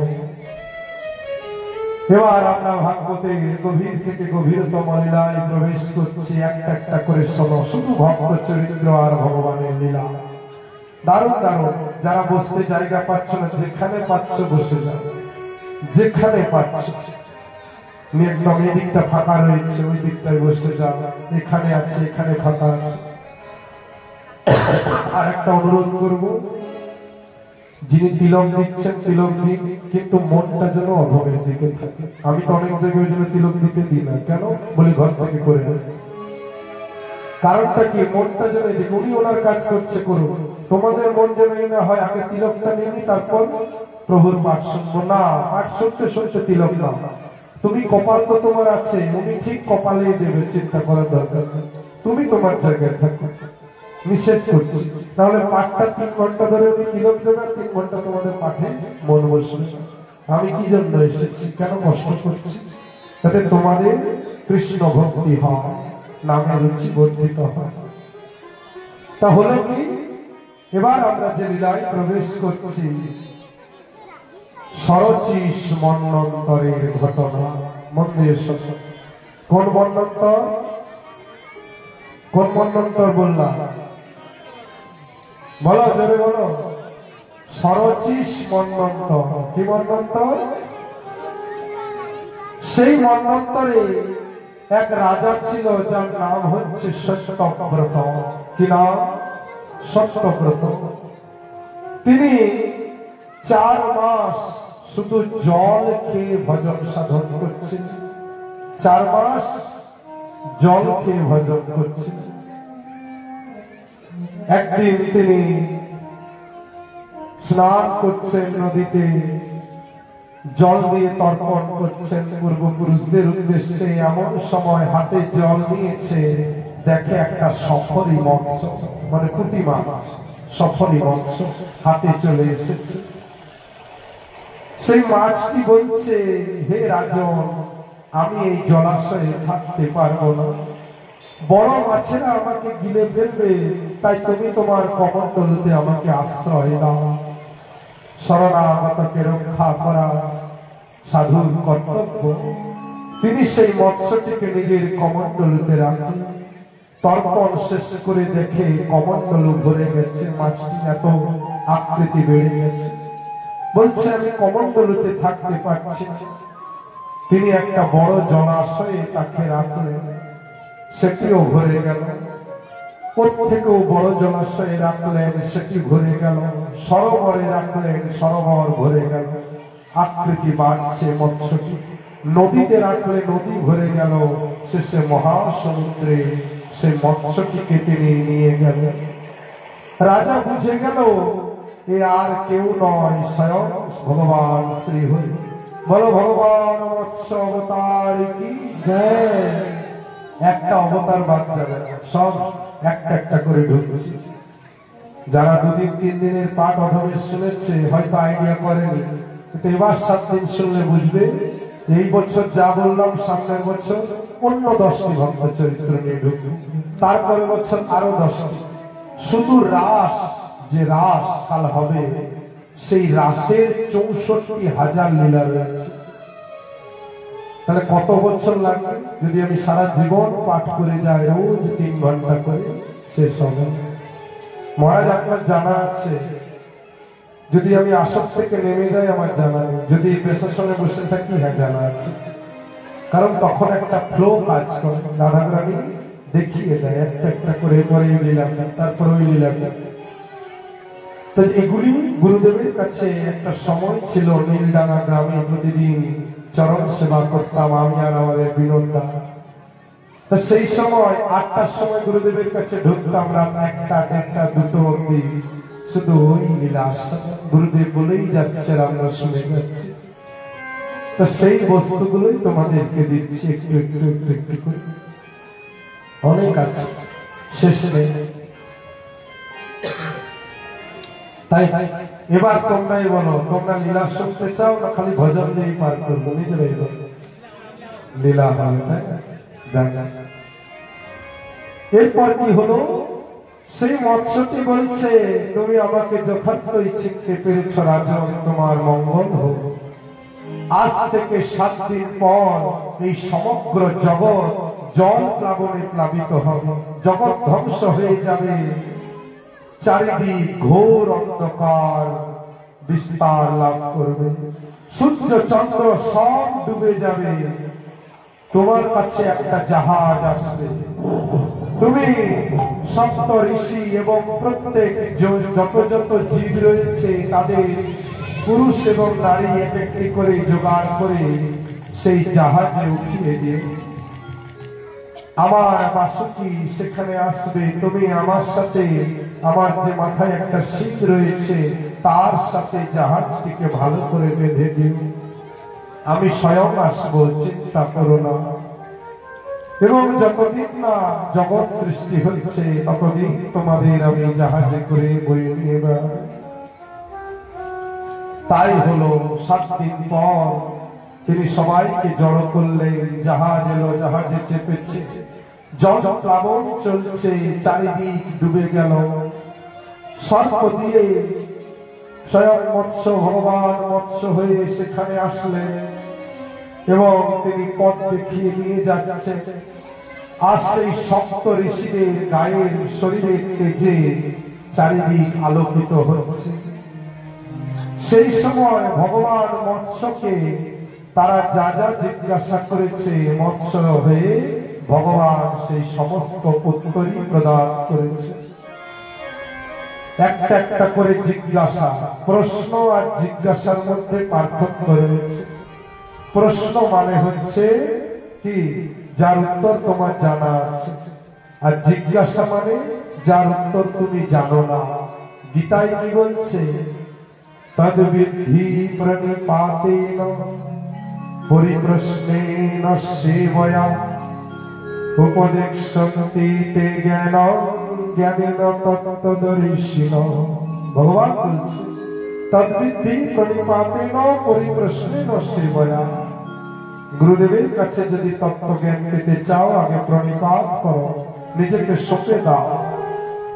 পরিপ্রশ্ন, পরিপ্রশ্ন মানে হলো জিজ্ঞাসা, যার উত্তর জানা নেই, জানার ইচ্ছা, জিজ্ঞাসা। তারপর যদি গুরুদেব তোমাকে যোগ্য মনে করে তবে তত্ত্ব উপদেশ দিবেন, আবার নাও দিতে পারে। ততদিন তোমাকে অপেক্ষা করে থাকতে হবে। আর এখনকার দিনে আজ দীক্ষা হচ্ছে, কালকেই সব যোগবীর মঞ্জুরি ভজন গুরুদেব সব দিয়ে দিই। টিকটিকি হয়ে যদি ডেমোর কিনতে যাও, যা অবস্থা হবে তাই হবে। মঞ্জুরি হতে গেলে তার প্রথম লক্ষণ হচ্ছে কি জানো? ধীর স্থির হয়ে যাবে, তার মধ্যে রাগ থাকবে না, কোমলতা স্বভাব। মঞ্জুরি তো একটা রমণী, রমণীর স্বভাব কখনো জাজালো হয় না। সে হবে একদম উগ্রম দেহি না, শান্তম দেহি মনোভাব, একদম শান্ত। নবদ্বীপে সিদ্ধ চৈতন্য দাস বাবাজি একদিন স্নান করতে গেছে নদীতে। হাওয়ার চোটে ধুতিটি উড়ে চলে গেছে, নগ্ন হয়ে গেছে। আর সেই ঘাটে রমণীরা স্নান করছিল, মায়েরা। এক বাবাজি নবদ্বীপের ধামবাসী, সে এক চড় মেরেছে সিদ্ধ বাবাকে। লজ্জা করে না? চরিত্রহীন কোথাকার, মেয়ে ছেলেদের সামনে নগ্ন হয়ে দাঁড়িয়ে আছে। দেখো, সিদ্ধ বাবার কোনো দোষ নেই, সঙ্গে সঙ্গে চরণে পড়ে গেছে, হ্যাঁ আমার অপরাধ হয়েছে। সিদ্ধ বাবা বাড়িতে চলে এসেছে ধামেশ্বরে, তার ভজন কুটিয়া। কিন্তু যে জ্বর মেরেছে তার জ্বর চলে এসেছে, জ্বর আর ছাড়ে না। ডাক্তার এসে জবাব দিয়ে দিচ্ছে আর বাঁচবে না। সিদ্ধ বাবার কাছে খবর গেল, বলে এক কাজ করতো, আমার গৌর সুন্দরের চরণামৃত নিয়ে যা। সে নিজেই নিয়ে গেছে আর চরণামৃত খাইয়ে দিয়েছে। দেখি কোন যমরাজকে নিয়ে যায়, সুস্থ হয়ে গেল। এক মাতাল একদিন মদ খেয়ে সিদ্ধ বাবার কুটিয়ার পাশ দিয়ে বেরোচ্ছে, কান পেতে শুনছে সিদ্ধ বাবা কি সব রসের গল্প করছে কার সাথে। গলাটাও মেয়ে মানুষ, ভাবছে ও বেটা দিনের বেলায় সাধু আর রাত্রিবেলায় এই অবস্থা, এত বড় ভণ্ড, কোন মেয়ে মানুষের সাথে প্রেম চলছে। কারণ কথাগুলোই ওই রকম। আহা তুমি কি সুন্দর গো, যেমন হয়। যখন দরজা খুলেছে, লাথি মেরে দেখে বিশাল আলো, বিশাল জ্যোতি। কারণ তিনি তো গৌরনগরী, তিনি তো সেই মেয়ে রমণী, আর তার গৌর সুন্দরী হচ্ছে তার স্বামী। এটা হচ্ছে রসের ভজন। তাই তো তিনি বলতে পেরেছে, আমার ভজন হলো সারা, আমার পূজন হলো সারা, নদীর চাঁদের কান্তা আমি, কান্ত আমার গোরা। এটা তিনি বলতে পারেন। রাধাকাণ্ডে গিয়েছে চৈতন্য দাস বাবাজি, তখন নব নব সাধু হয়েছে, কুণ্ডে ডুব দিচ্ছে আর উঠছে, ডুব দিচ্ছে আর উঠছে। আর কি বলছে জানো? হে রাধারানী, যেন গৌর নাগরী হইতে পারি, যেন গৌর নাগরী হইতে পারি। এক বাবাজি বলছে, কি চাইছো? বলে তুমি তোমার কাজ করো, আমি আমার কাজ করছি। কতটা গৌর পাগল। কালনাতে, কালনার নাম শুনেছ? কালনা কাটোয়া। কালনাতে এক বাবাজি আছেন, সিদ্ধ ভগবান দাস বাবাজি, তিনিও গৌর নাগরী। তা সে একবার চৈতন্য দাস বাবাজির কাছে এসেছে, আর আসা মাত্রই চৈতন্য দাস বাবাজি ঝাঁটা হাতে তেড়ে নিয়ে গেছে। কেন? দুই সতী, দুজনেই তো স্বামী হচ্ছে গৌর সুন্দর। কৃত্রিম রাগ, মানে বেরো এখান থেকে। আবার ভগবান দাস বাবাজি এত এত মানে কৌতুক করতেন, বলছে জানো চৈতন্য, তোমার গৌর না মাঝে মাঝে রাত্রিবেলায় তোমাকে ফাঁকি দিয়ে আমার কাছেও যায়। আরো রেগে গেছে। কারণ কি? দুজনেই তো গৌর নাগরী, এখানে কামের কোনো প্রশ্ন নেই, দুজনেই তো পুরুষ শরীর দিয়ে, কিন্তু ভেতরটা কি অবস্থায় রয়েছে, গৌর নাগরী। কিছুক্ষণ পর কি হলো জানি না, দুজনেই হাত ধরাধরি করে কুটিয়ায় ঢুকে গেল। আর কি আনন্দ, কি আনন্দ। চৈতন্য দাসকে বলছেন ভগবান দাস, চলো চৈতন্য, আমরা একটু বৃন্দাবন থেকে ঘুরে আসি। বৃন্দাবন 10 পা যাচ্ছে, ধরো সাতজুড়িয়া থেকে যাচ্ছে, কথার মানে যেখানে জোরটা আছে না, অত দূর গিয়ে চৈতন্য দাস বলছে দাঁড়াও ভগবান, ভগবান দাস তুমি একটু দাঁড়াও, আমি একটু আমার গৌর সুন্দরকে দেখে আসি। আবার গিয়েছে দৌড়, আবার হয়তো নতুন ডিরের রাস্তাটার কাছে গেছে, অতটা দূরে বোঝানোর জন্য বলছে। আবার বলছে দাঁড়াও ভগবান দাস, আমি একবার আমার গৌর সুন্দরকে দেখে আসি। তো এইভাবে কি আর বৃন্দাবন যাওয়া যায়? ভগবান দাস বুঝে গেলে এ কখনোই নবদ্বীপ ছেড়ে যেতে পারবে না। বলে তুমি এখানে থাকো, আমি চললাম। এই হচ্ছে সিদ্ধ বাবাদের জীবনী। 8 জন সিদ্ধ বাবার জীবনী শুনবে এই চাকরি। তাই সুযোগ দাও, সময়কে অপেক্ষা করো। দেখো ওয়েদার ভালো হয়ে গেছে, শুধু শুনে যাও, আমি যেটা বলে যাচ্ছি শুনে যাও, দেখবে নিশ্চিত নিশ্চিত ভক্তি লাভ হবে। কারণ এই কথা আমার নয়, স্বয়ং ভগবানের কথা, মহাপুরুষদের কথা। হরিদাস দাস ব্রহ্মচারী যিনি লিখেছেন গৌড়ীয় বৈষ্ণব জীবনী, তাদের কথা রসবহ। তা সেই যখন জলপ্রলয় চলছে, একটা একটা করে প্রশ্ন বা জিজ্ঞাসা করছে, আর ভগবান মৎস্য অবতার হয়ে একটা একটা করে উত্তর দিচ্ছে। গ্রন্থটির নাম কি কারো জানা আছে? মৎস্য পুরাণ। এই মৎস্য পুরাণও অধমের পাঠ হয়, আগের বছর হয়েছে 3 দিন পাঠ, সব পাঠ আছে, কিন্তু সময় দিতে হবে। আমাকে আজ বললে কাল পাঠ দিতে পারবো না, ভাগবত হয়ে যাবে, কারণ এটা বেশি হবে, বাকিগুলো সুযোগ দিতে হবে, কিন্তু হবে হবে না তা না। রামচরিতমানস এবছর পাঠ রয়েছে এক ভক্তের বাড়িতে, আগের বছর তার আগের বছর দোমানিতে, এক দোমানি না চুরুলিয়া মধুডাঙ্গার কাছে, মধুডাঙ্গা নাম শুনেছ? শুনেছ? সেখানে তখন আমাকে কেউ চিনত না, এখনো চেনে না। তা এক মাতাজি, সে ভিক্ষা করে খায়, ছেলে রেলে চাকরি করে, কিন্তু দেখে না। সে খবর পেয়েছিল লক্ষ্মণপুর গ্রামে আমার 6 বছর ধরে পাঠ চলছে, তা সেখানে গিয়ে সে শুনেছিল একবার। সে বুড়ি অধমকে বলেছিল, আমিও ভাগবত করাবো, ভিক্ষা করে 700 টাকা পেয়েছি, 700 টাকায় ভাগবত হয়ে যাবে বলো মহারাজ? হ্যাঁ হয়ে যাবে, কোনো টেনশন নেই। মাইক ভাড়া করলাম, সব করলাম, জানি হবে না, কিন্তু ভিক্ষা করে 700 টাকা জমিয়েছে, ওই টাকা তো আমার কাছে 7 কোটি টাকার সমান, বিশাল। আজও 700 টাকা খরচা নেই, ওটা রাখা আছে বাড়িতে, ওই 110 টাকা 5 টাকা করে 700 টাকা আজও বাঁধা আছে। সেই মাতাজির উদ্দেশ্য কি ছিল জানো? আমি জিজ্ঞাসা করেছিলাম, তোমার ছেলে তোমাকে ছেড়ে চলে গেছে, কষ্ট হয় না? বলে, ছিল, আপদ ছিল, গেছে, আপদ গেছে। ও যদি কষ্ট না দিত তবে তো গৌরহরিকে পেতাম না। প্রচুর ভজনশীল ছিল। শেষ দিনে পাঠ শুনছে, 7 নম্বর দিন।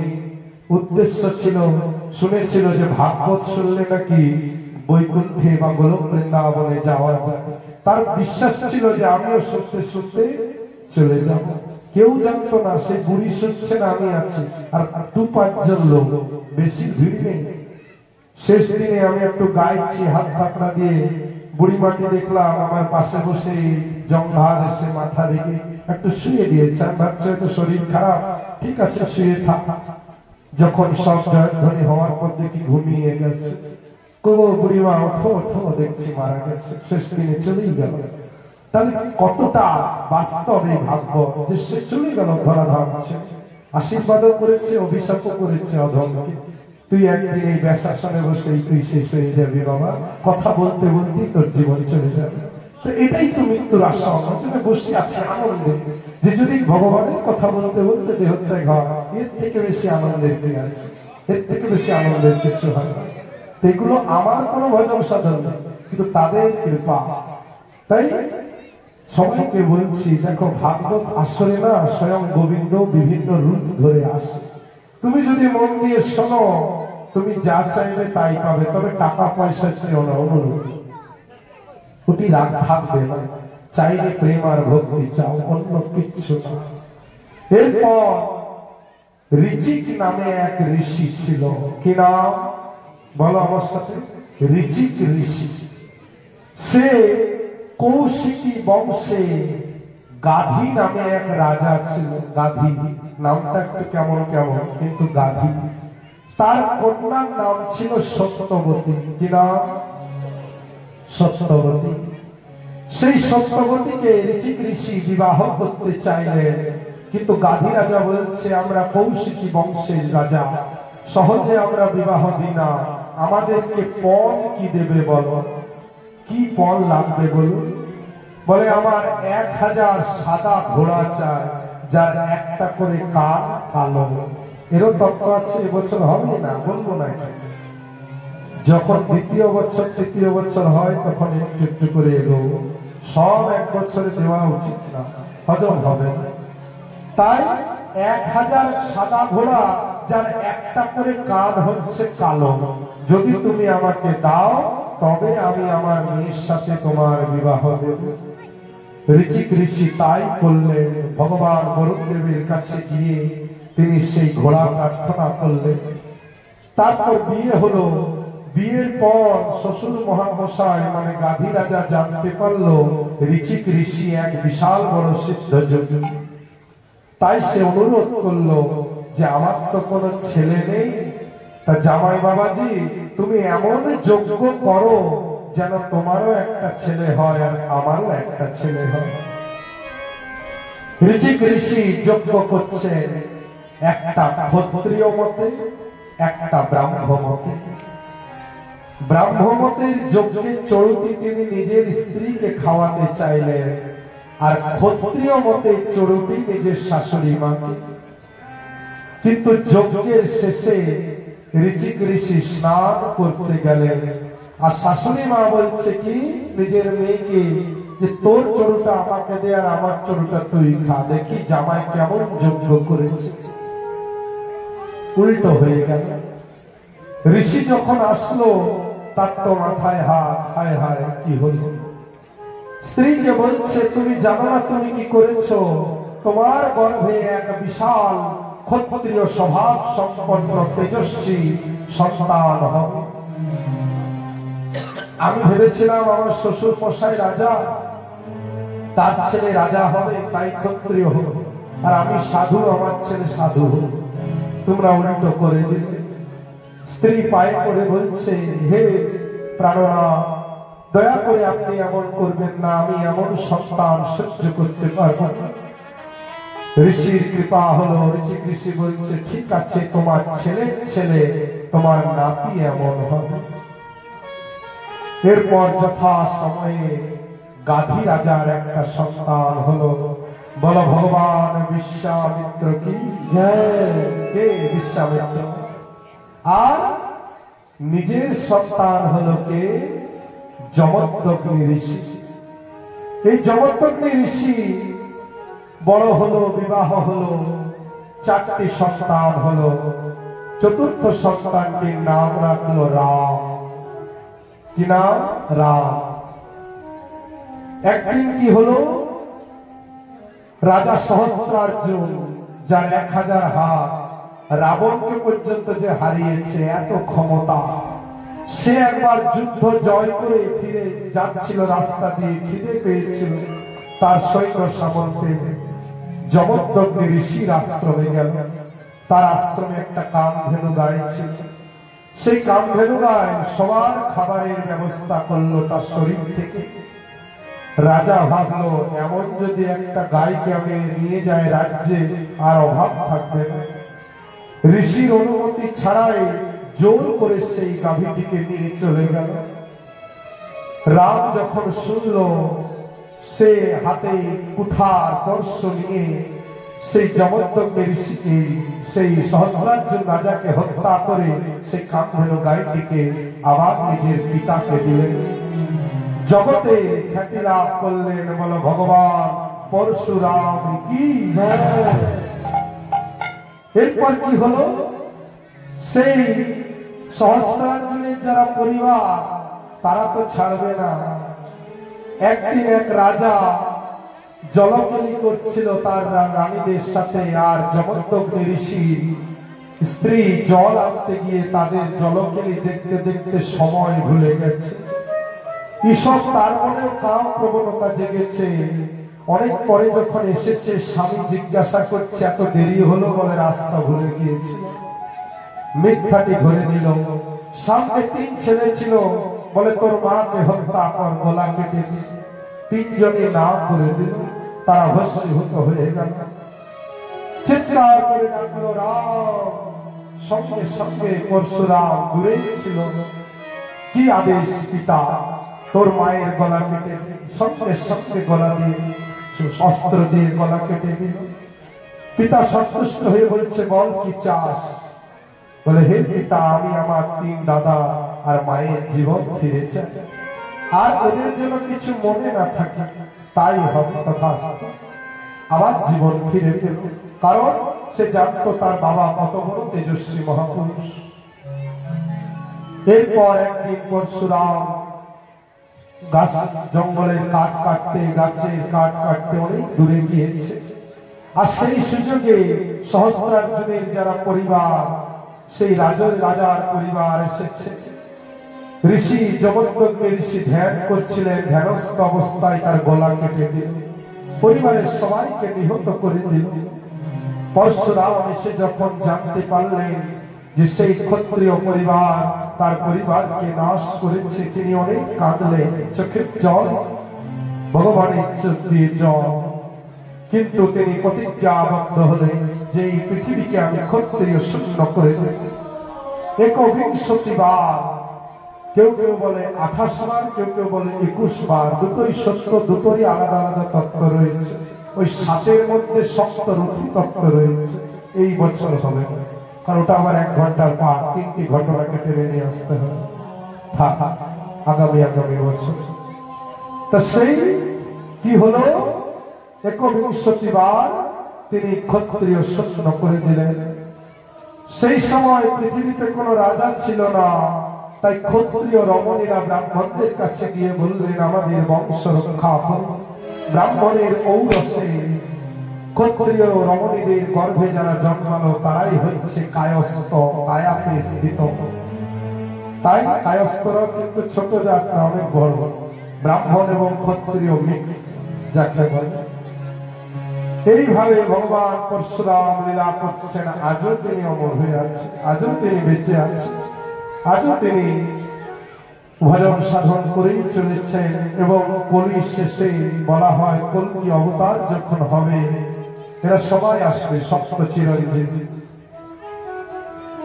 এবং ভগবানকে সহায়তা করবে। কিন্তু একটা কথা বলবো, যে কলিতে মহাপ্রভু আসে সে কলিতে কল্কি অবতার হয় না। জন্ম প্রথম সন্ধ্যায়াম যুগ সন্ধি বিশেষত, মায়াপুরে নবদ্বীপে ভবিষ্যামি শচীসুত। 84 লক্ষ সত্যযুগ, 84 লক্ষ ত্রেতা, 84 লক্ষ দাপর, 84 লক্ষ কলি। তার মধ্যে এক দাপরে স্বয়ং গোবিন্দ নেমে আসে। এতেই চান সকলা পুংস কৃষ্ণস্তু ভগবান স্বয়ং। পূর্ণ ভগবান সব সময় আসে না। আর যে কলিতে, যে দাপরে কৃষ্ণ আসেন, ঠিক তার পরের কলিতেই মহাপ্রভু আসেন। তাই মহাপ্রভুই হচ্ছেন কলিযুগের উপাস্য। এরপর মহারাজ দশরথ, সংক্ষেপে যাচ্ছি কারণ গুড়গুড়ো করছে তো ভয়ও লাগছে, তবে আশা করি হবে না জল। কিন্তু আজকে জন্মলীলায় কি আর জল না হয়? গোবিন্দ জন্মেছে বিশাল জলের জলে, তাই না? শেষে হবে দেখবে। হলো কি, কিন্তু আমরা তাড়াহুড়ো করবো না। যাই হোক, ভিজে ভিজেও পাঠ শুনবো, কি অসুবিধা আছে? হোক না একটু যশস্বর, সবার ভাবে সকসক করবে, লোকে ভাববে আহা কত কাঁদছে গো, কত ভাব, কত ভক্তি। কৃত্রিম ভাবে হলেও তো ভক্তি। সুখ সাপ করবে সব, আমারও ভালো লাগবে পাঠ করতে। আজকেই তো জল আছে, কাল থেকে তো আর নেই, একটু হোক। এরপর কি হলো, সেই মহারাজ দশরথ তিনি একবার শিকার করতে গিয়েছেন। আর সেই শ্রবণ কুমার, যার নিজের মা বাবাকে দুটো জায়গায় বসে কাঁধে করে নিয়ে যাচ্ছে, সেখানে এসে জল পান করতে গেছিল। আর হরিণ ভেবে তীর চালিয়েছে। শ্রবণ কুমার মারা গেল। মা বাবা অভিশাপ দিল, অন্ধ মা বাবা, যে তুমিও পুত্র শোকে মারা যাবে। তার আগে তো দশরথের কোনো ছেলেই ছিল না, ভাগ্যিস অভিশাপ দিয়েছিল, তাই তো সন্তান হল, তাই না? ভগবান রামচন্দ্র, বলো ভগবান রামচন্দ্র কি জয়। এখানে রামের লীলাটা সবাই জানো, কিন্তু ভক্ত চরিত্র একটা আস্বাদন করো মন দিয়ে। কেবল নামে এক ভক্ত, সে মাঝি, নৌকা চালায়। আর ভগবান রামচন্দ্রের বনবাস হয়েছে কেন? কই সে চেয়েছিল স্বামীর কাছে 2টি বর, তাই সেই সময় প্রয়োগ করেছে। বলে আমার ভরতের রাজ্যাভিষেক, রামের বনবাস। রামের সাথে লক্ষ্মণও গিয়েছে, সীতা দেবীও গিয়েছে। যখন তারা নদী পার হবে, দেখে একটাই মাত্র মাঝি বসে রয়েছে। মাঝিকে গিয়ে বলছে, মাঝি আমাদের পার করো। মাঝি বলছে, কে আপনি? পরিচয়? ভাই লক্ষ্মণ বলছে, কি? ইনি হচ্ছেন দশরথ পুত্র ভগবান রামচন্দ্র। শোনা মাত্র এই ভক্তের হৃদয় গলে গিয়েছে, ভগবান রামচন্দ্র। কিন্তু ভক্ত বড় শক্ত, তাই বলছে, আমি তো একে আমার নৌকায় উঠাতে পারবো না। কেন? নৌকায় উঠাতে পারবে না কেন? বলে আমি শুনেছি ইনি নাকি যার উপরে চরণ রাখে সেটাই নাকি মেয়ে মানুষ হয়ে যায়। অহল্যা পাষাণ হয়েছিল, চরণ স্পর্শ দেহা মাত্রই কি হলো, অহল্যা আবার নিজের আসল রূপটি গৌতম ঋষি স্ত্রী সে নিজের আসল স্বরূপটি ফিরে পেয়েছে। তাই বলছে আমার তো একটাই বউ, তাকেই খাওয়াতে পারি না, আর এই নৌকাটি যদি মেয়ে মানুষ হয়ে যায় তাহলে তো বউ আমাকে ঝাঁটা মারবে। তাহলে উপায় একটা আছে, তোমার ওই চরণের যে রজ রয়েছে রজর মধ্যেই এত ম্যাজিক, এত জাদু। তা আমি যদি ওই চরণটি ধুইয়ে দিই, তারপর যদি তুমি ওঠো নৌকায়, তাহলে কোনো অসুবিধা নেই। ভগবান রামচন্দ্র বলছে তাই হোক। বলে প্রভু তুমি দাঁড়াও, আমি বাড়ি থেকে আসছি। দৌড়ে গিয়েছে, স্ত্রীকে বলছে ওরে চ, স্বয়ং প্রভু এসেছে, স্বয়ং ভগবান এসেছে, জলদি। কিন্তু তুমি যে চরণ ধোয়াবে কিসের উপর রাখবে তার চরণ দুটি? বাড়িতে তো আমাদের ভালো থালাও নেই, স্বয়ং ভগবান এসেছে, সোনার থালা প্রয়োজন, সেই থালা তো নেই, কি করে হবে বলো দেখি। তখন কেবল বলছে ভগবান তো আমাদের সেই টাকা পয়সা দেয় নাই, যা আছে তা দিয়েই হবে। একটা কাঠির করো আছে, বলে এই করোয়াটিতেই তার চরণ রাখবো।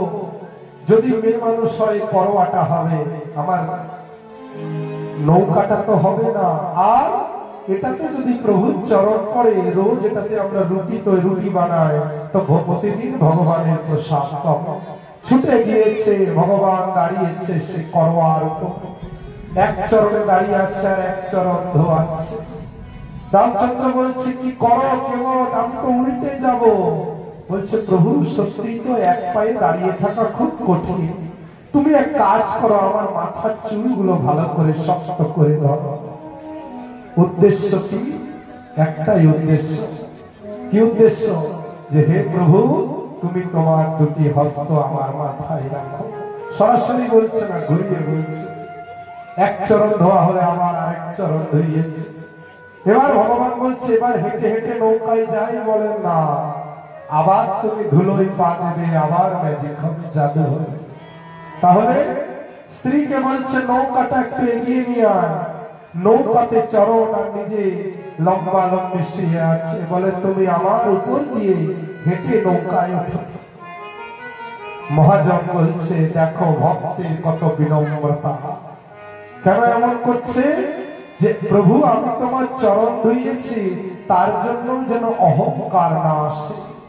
তাই তুমি আমার অহংকারকে নাশ করতে করতে সেই নৌকায় গিয়ে ওঠো। সবাই উঠেছে, এবার চরণামৃত নেবার পালা। ৩৩ কোটি দেব দেবী লাইন দিয়েছে মানুষের রূপে। সবাইকে চরণামৃত দেওয়ার পর করজোড়ে কেবল বলছে হে প্রভু দয়া করে আপনি আমার পূর্বপুরুষদের উদ্দেশ্য একটু জল দান করে দিন। ভগবান তাই করলেন, এবং যেই না করলেন পূর্বপুরুষ উদ্ধার হয়ে গেল। মাঝ নৌকায়, মাঝ নদীতে গিয়ে নৌকাটিকে এবার গোল গোল করে ঘোরাচ্ছে, কেবল গোল গোল করে ঘোরাচ্ছে। আর লক্ষণ বলছে তো বহুত জ্বালাচ্ছে, সন্ধ্যা হয়ে গেল, আমাদের এতটা দূরে যেতে হবে।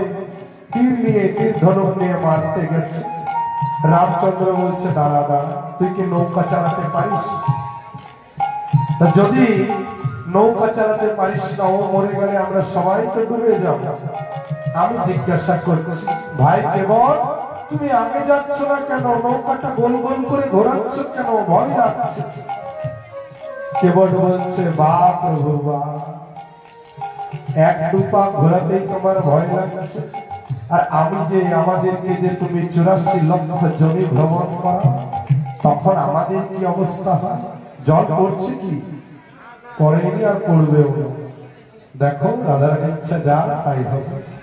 হাওয়াটা চললেই আস্তে আস্তে মেঘটাও পেরিয়ে যাবে, তাই না? কোনো অসুবিধা নেই। সবাই মিলে একটু প্রভুর কাছে জানাও, প্রভু এই 4-5 দিন ছেড়ে দাও, তারপর যত খুশি জল দাও। আর না হলে মাঠের শেষে একদম ঢালা বৃষ্টি দাও, শুধু আর 1-1.5 ঘন্টা একটু সুযোগ দাও। দেখবে সবার প্রার্থনায় প্রভু সেটা স্বীকার করে, কারণ ভগবান তিনি ভাবগ্রাহী, তিনি ভক্তের কথা নিশ্চয়ই শুনবেন। এরপর কি হলো, কেবল সেই নৌকা নিয়ে গেল, ভগবান কথা দিল আমি যাকে ঘোরাই ঘোরাই তোমার পরিবারে তোমার গ্রামে কাউকে 84 লক্ষ জমি ঘোরাবো না। সেখানে গিয়ে সীতা দেবী তার একটা গলার হার দিতে গেল, নিল না, বলে আমি একটাই পণ চাই, আমাকে যদি তুমি পারিশ্রমিক দিতে চাও 12 বছর পর যখন তুমি আবার ফিরে আসবে এই নৌকাতেই পেরিও, ততদিন আমি আর নৌকা চালাবো। স্ত্রী রইল ওই পারে আর স্বামী রইল এই পারে, এই হচ্ছে ভজন। 12 বছর 14 বছরের দীর্ঘ অপেক্ষা, ভগবান তাই কথা দিলেন। কথিত আছে রাবণকে দেখছো কেমন হাওয়া দিচ্ছে, এবার আস্তে আস্তে মেঘটাকে ফেলছে, প্রভুও বোঝে ভগবান কেন শোনে, সৃষ্টি শোনে। তাই কি হলো, সেই ভগবান রামচন্দ্র যখন আবার ফিরে আসছেন অযোধ্যায়, তার নৌকাতেই পার হয়েছে। এরপর দাপরের লীলায় আমরা প্রবেশ করছি। মন্দির শোনো, একবার পৃথিবী গরুর রূপ ধরে ব্রহ্মার কাছে গেলেন, বলছে হে পিতা, হে ব্রহ্মা, এত পাপ বেড়ে গেছে চারিদিকে, আমি সহ্য করতে পারছি না। ব্রহ্মা বললেন স্তুতি করো ভগবানের। ভগবান পৃথিবীর স্তুতিতে সন্তুষ্ট হয়ে বললেন চিন্তা করো না, খুব শীঘ্রই আমি ধরাধামে প্রকট হব। এবং ভগবান আশ্বাস বাণী দিলেন যে তুমি কিছু কাল অপেক্ষা করো, এই পাপীদের আমি নিশ্চয়ই উদ্ধার করব। চারিদিকে পাপী রাজাদের অত্যাচার, কংস, জরাসন্ধ আরো অনেক অত্যাচারী রাজা সে সময় জন্ম নিয়েছে। এদিকে মহারাজ উগ্রসেনের একমাত্র কন্যা দেবকীর সাথে বসুদেবের বিবাহ হচ্ছে। বিবাহের পর স্বয়ং ভ্রাতা কংস দেবকীকে আর বসুদেবকে রথে করে নিয়ে যাচ্ছে। প্রচুর টাকা পয়সা, কত কত জিনিস যৌতুক স্বরূপ দেওয়া হয়েছে, দাস দাসী, হাতি ঘোড়া। যখন যাচ্ছে আকাশবাণী হলো, ওরে বড় কংস, দেবকীর অষ্টম গর্ভের সন্তান তোর মৃত্যুর কারণ হবে। শোনা মাত্রই খেপে গেল, সঙ্গে সঙ্গে দেবকীকে মারতে গেল। কিন্তু বসুদেব ছিলেন বিচক্ষণ, স্বামীর কর্তব্যই হচ্ছে স্ত্রীকে রক্ষা করা।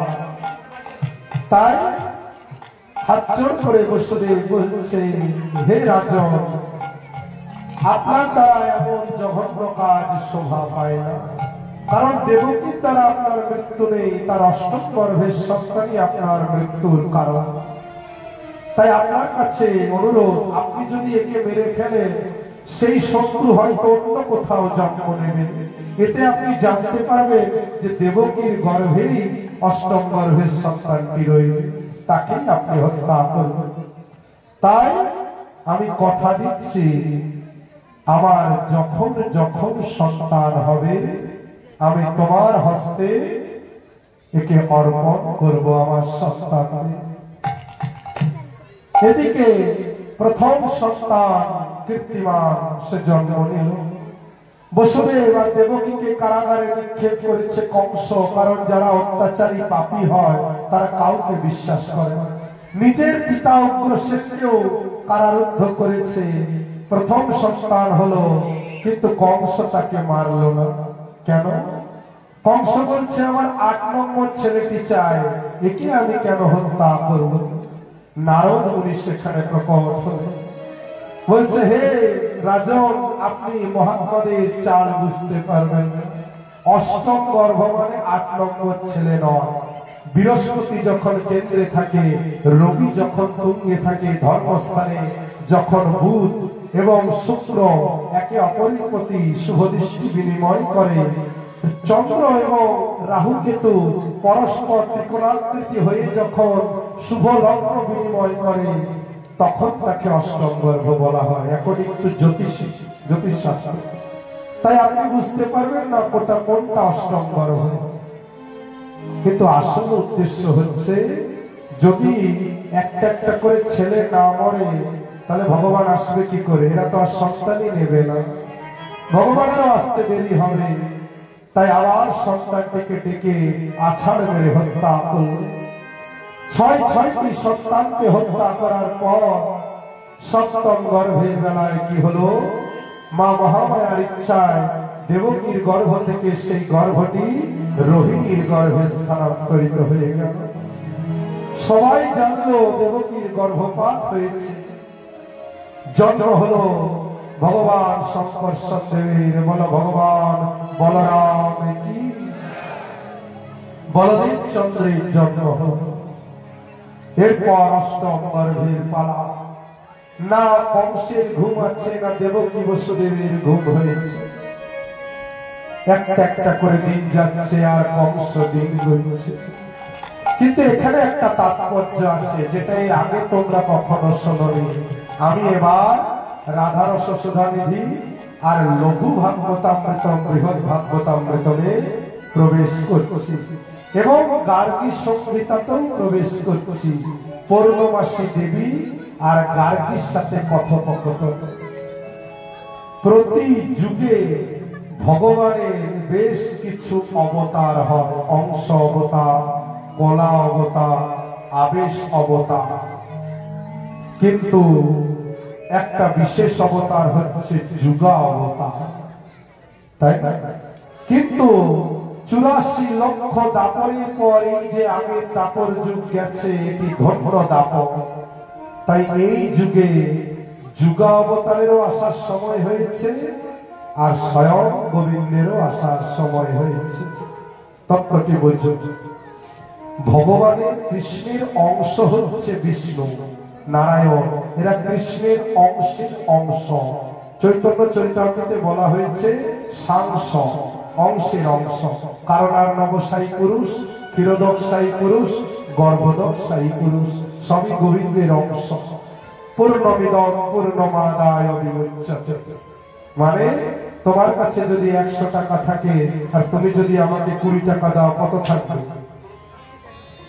কত থাকবে? 80 টাকা। কিন্তু ভগবানের কাছে যদি 100 থাকে, ভগবান যদি 100ই দিয়ে দেয়, তা গোবিন্দের কাছে 100ই থাকে।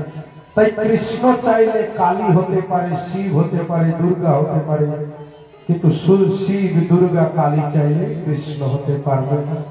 বুঝে গেল? গোবিন্দ চাইলে সব হতে পারে, কিন্তু বাকিরা চাইলে গোবিন্দ হতে পারবে না। কৃষ্ণ কৃষ্ণ।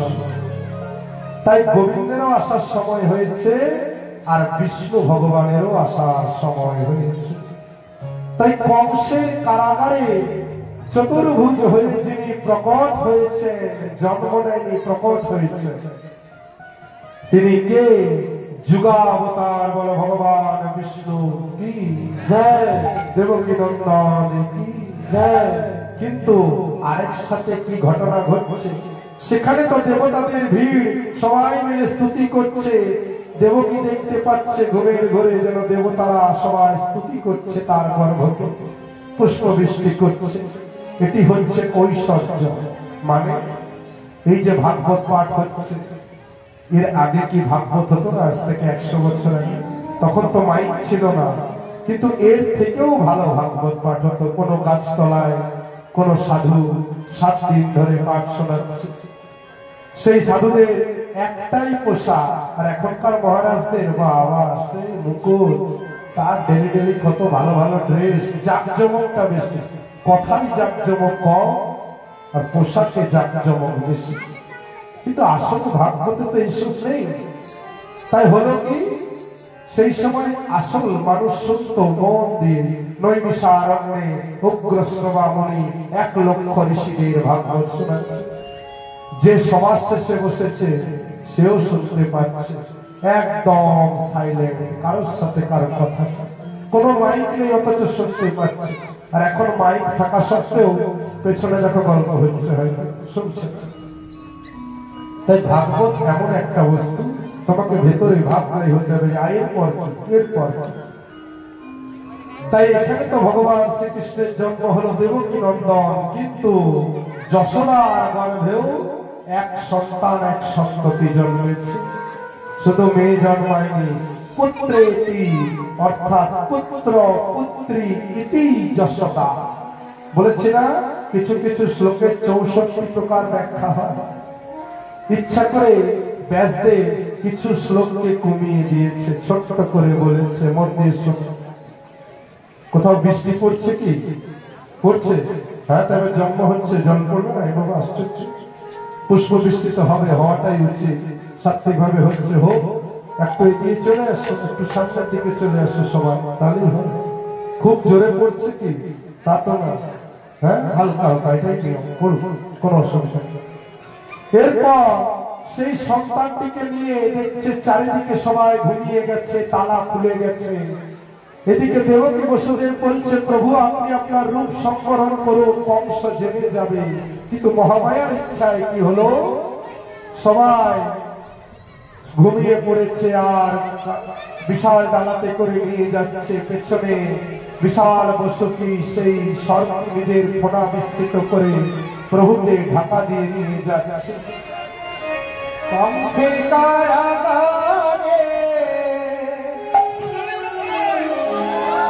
সবাই মন্দিরে চলে যাও, মন্দিরে ঢুকে যাও। দৈবকীর উদরে জন্ম নিলা ভগবান।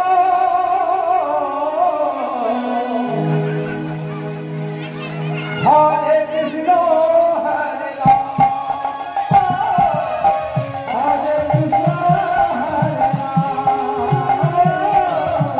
হরে কৃষ্ণ হরে রাম, হরে রাম, হরে রাম।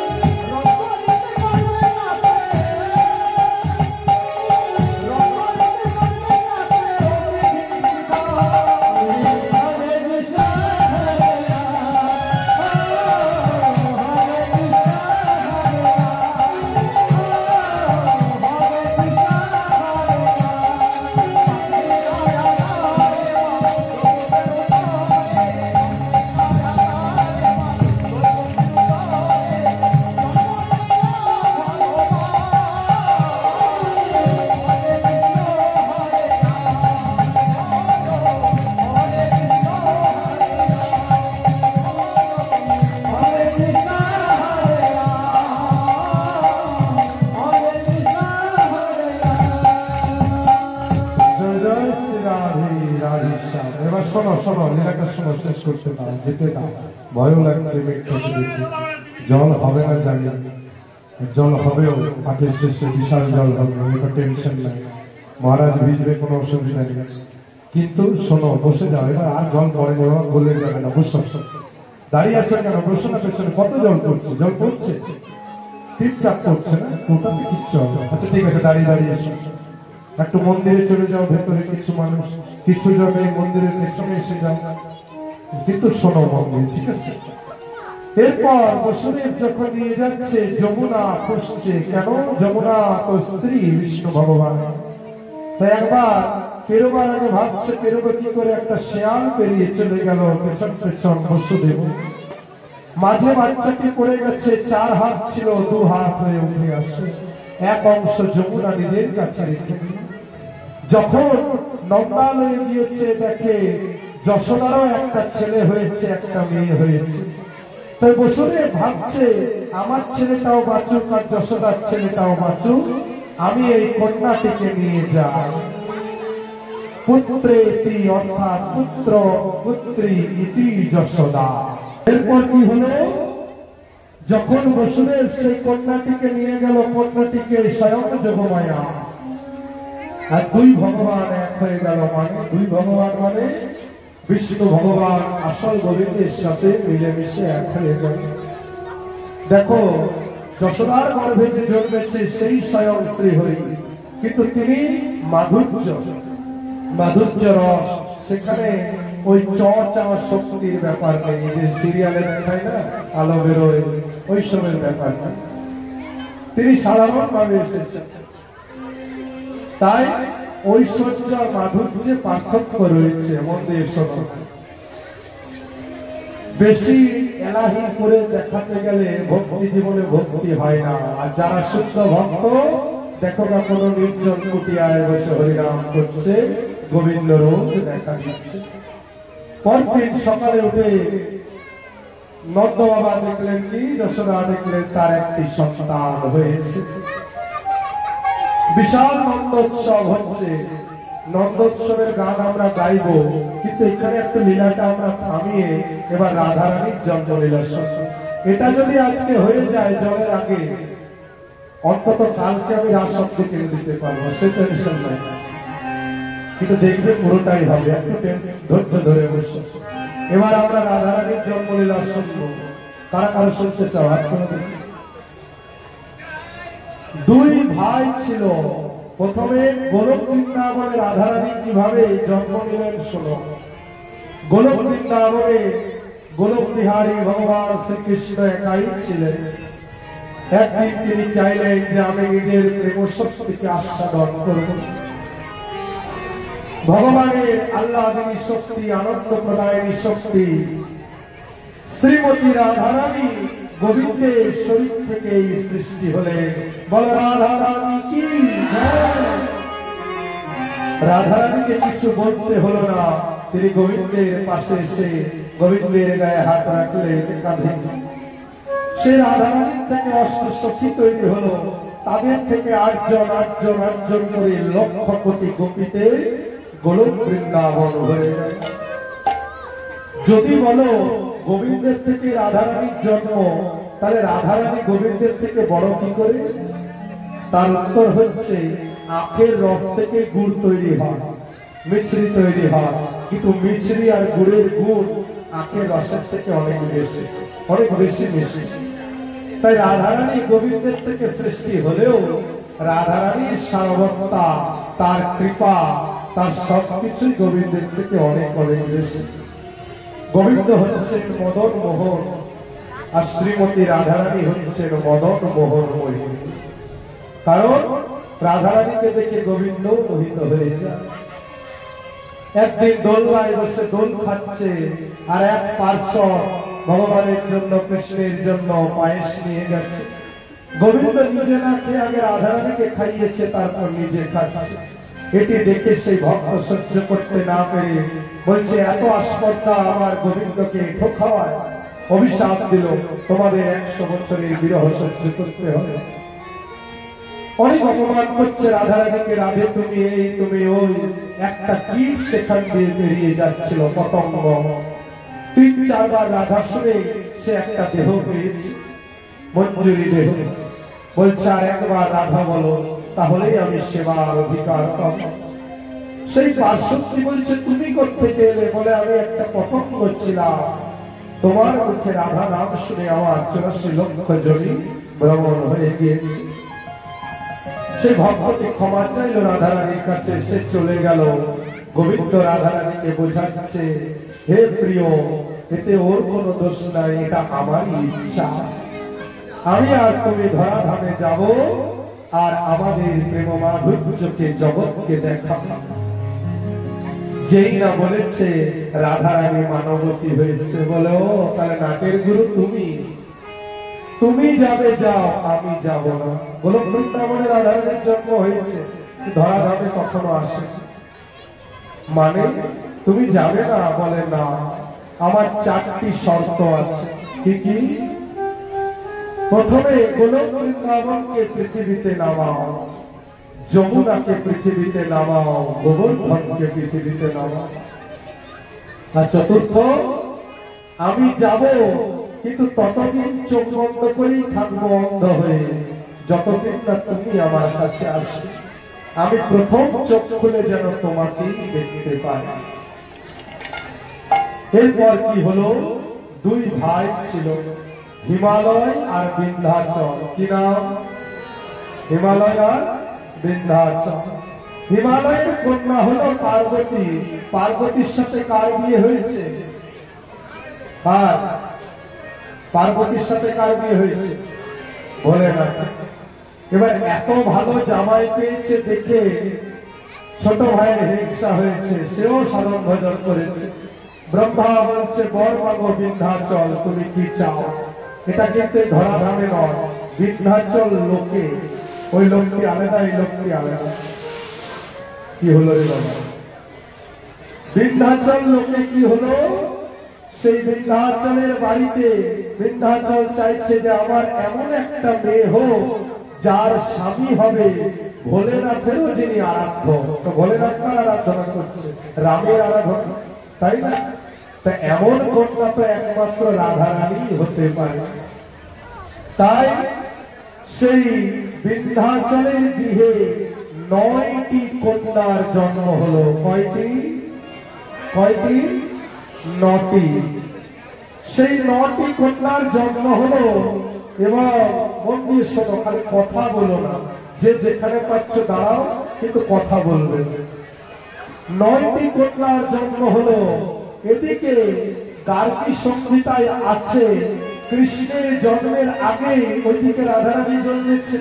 বিন্ধ্যাচল পৃথিবীতে নয়, মানে আমাদের এই ভারতবর্ষে নয়। তাই নারদ একদিন গিয়ে কংসকে বলছে, মহারাজ, অষ্টম গর্ভের থেকে আপনার কোনো ভয় নেই।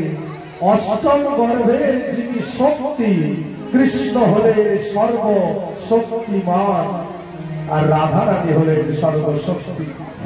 তাই শক্তিকে যদি মেরে দিতে পারো, শক্তিমান তোমার কিছুই করতে পারবে। তাই কথিত আছে কংস নাকি পুতনা রাক্ষসীকে একবার পাঠিয়েছিল রাধারানীকে হত্যা করার জন্য। সেই পুতনা যখন সেখানে গিয়েছে, চেনে না কোনটা রাধা, 9টি কন্যাকে হাতে করে নিয়ে উড়ে উড়ে যাচ্ছে। বিন্ধ্যাচল মাথা ঠুকছে, তখন তার কুলগুরু বলছে, হরে কৃষ্ণ কৃষ্ণেতি পদদ্বয়ম, হরে রাম রামেতি পদদ্বয়ম। মানে হরে কৃষ্ণ কৃষ্ণ কৃষ্ণ হরে হরে, হরে রাম রাম রাম হরে হরে। এই নাম গাও। যখন হরিনাম গাইতে লাগলো, এক এক দিন এক একটি কন্যা আঙুলের ফাঁক দিয়ে পড়ে যেতে লাগলো। বৃন্দাবনে অষ্টসখীর জন্ম হলো। বলো অষ্টসখী কি? আর নবম দিনে অন্তিম কন্যাটিও যমুনার মধ্যে এক সহস্রদল পদ্মের উপর পড়ে গেল। সেই যমুনা তখন রাবেলের পাশ দিয়ে প্রবাহিত হতো। আর সেই সময় রাবেলে বৃষভানু বাবার কীর্তি দাদা কন্যা সন্তানের কামনায় স্বয়ং দেবাদিদেব মহাদেবের লেখা রাধা কৃপা কটাক্ষ স্তোত্র গাইছে, আমরাও গাইব। সবাই শোনো মন দিয়ে, জলে ভিজলে গলে যাবেন একটু হোক।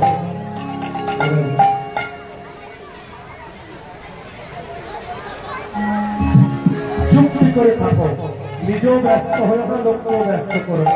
কি করা যাবে, বর্ষাকালে ভাগ্য হচ্ছে, জল বৃষ্টি তো হবে, উপায় আছে কি? তাও তো দেখো জন্মলীলা তো সাক্ষাৎ হল, তাই না? চলে আসো, যে যেখানে বসে আছো কিছু উপরে চলে আসো, প্রার্থনা করো সবাই মিলে, যাতে জয়টা 1.5 ঘন্টা পরে হয়। সেই প্রার্থনা তো অনেক চেষ্টাবেশি করছে। জল হবে হবে, তাও তো হালকা হালকা হচ্ছে, জোরে নামে। আমরা সবাই রাধা কৃপা কটাক্ষ গাইব, সবাই বলবে জয় জয় শ্রী রাধে, জয় জয় শ্রী রাধে। বাইরে তো বিশাল জল হচ্ছে, অন্যদিকে মনে হচ্ছে এখানটাই থামিয়ে রেখেছে বল। এবার শোনো, জয় জয় শ্রী রাধে, জয় জয় শ্রী রাধে, জয় জয় শ্রী রাধে, জয় জয় শ্রী রাধে, জয় জয় শ্রী রাধে, জয়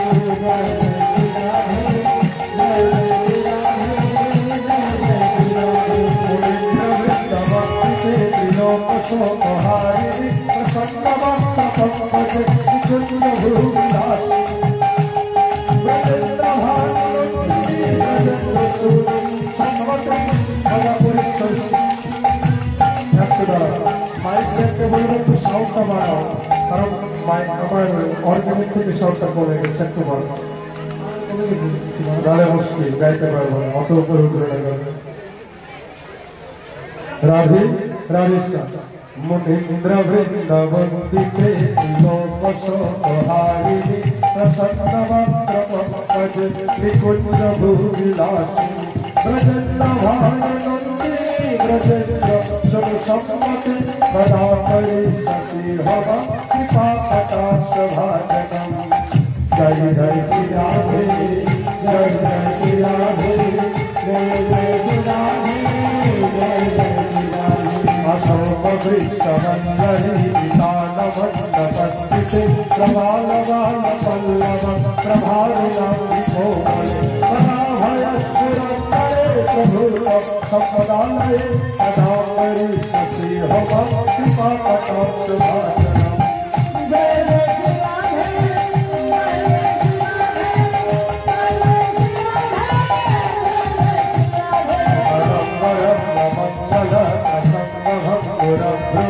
सुविभ्रमं ससंभ्रमं त्रिगन्तवानपावनं निरन्तरं वशीकृतं प्रतिपकरुणनन्दने सदा परिशसि हव कृपा कटाक्ष भाजनम्। जय जय श्री राधे, जय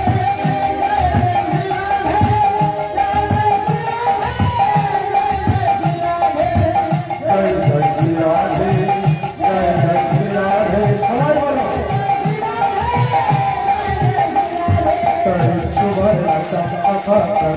गौरविग्रहे मुख प्रभातरस्तकोटि शरदिन्दुमण्डले विचित्र चित्र सञ्जरे कपोरो समलोचने तदा परिशसि हव कृपा कटाक्ष भाजनम्।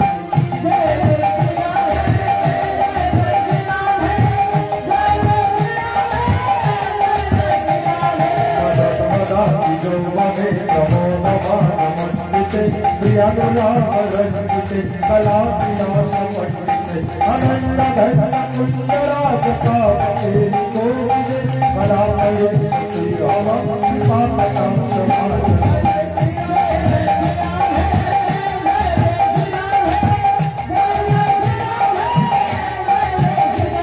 अशेषः अभावधीरधीरः रघुसुते प्रभुत स्वात्मकं भवं भवं भुविमुपसुस्तकं रसस्वन्दः शचूरं पुर्यशपशापरि तदा परिशसि हव कृपा कटाक्ष भाजनम्।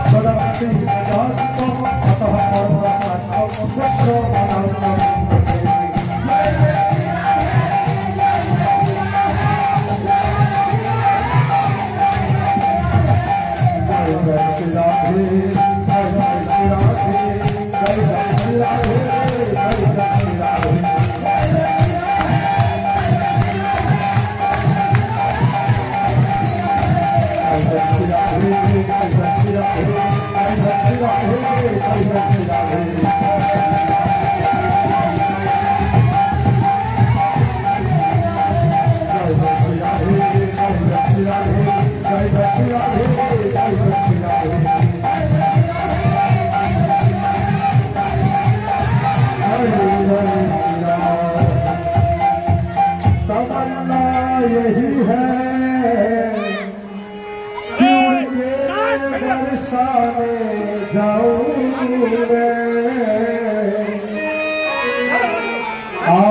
तेरी बरसाने तेरे चरणों को सिमरू मैं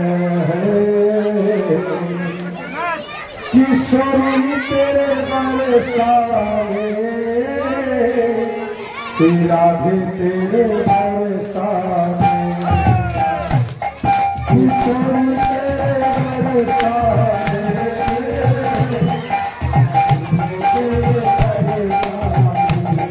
किशोरी तेरे बरसाने श्री राधे तेरे बरसाने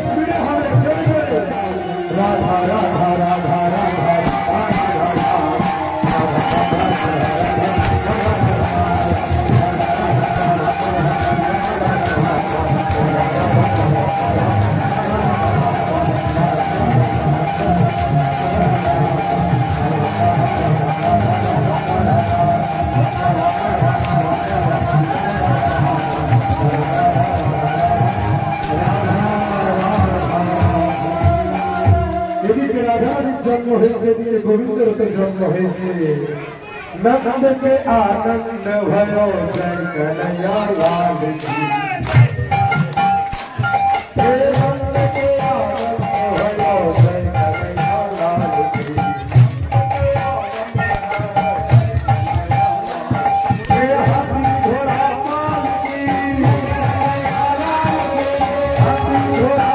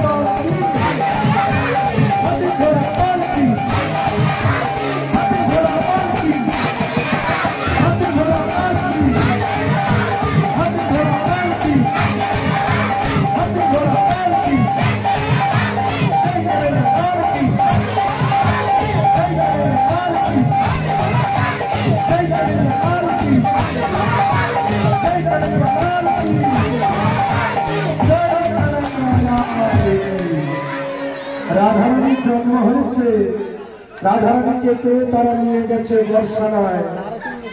অন্ধ একদিন নন্দমামা মা যশোদাকে নিয়ে যাচ্ছে বর্ষানার কাছে, এসে গরু গাড়ি খারাপ হয়ে গেছে, গোবিন্দকে নিয়ে গেছে।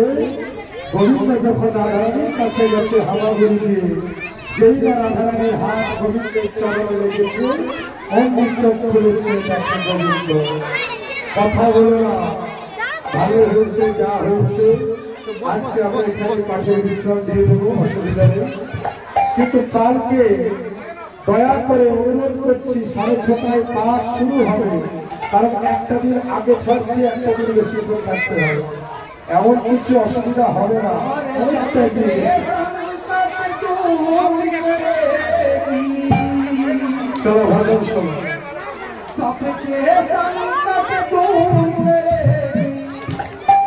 কিন্তু এমন কিছু বৃষ্টি হয়নি, হতে পারতো পাঠ, এখন যদি বলো পাঠ হবে। সবাই বসতে যাও তো, বসে তো ভিজলে ভিজলে বসো, সবাই বসো, ভজন হবে। সবাই বসো, বসতে বলেছি, সবাই বসো, যেখানে আছে বসো।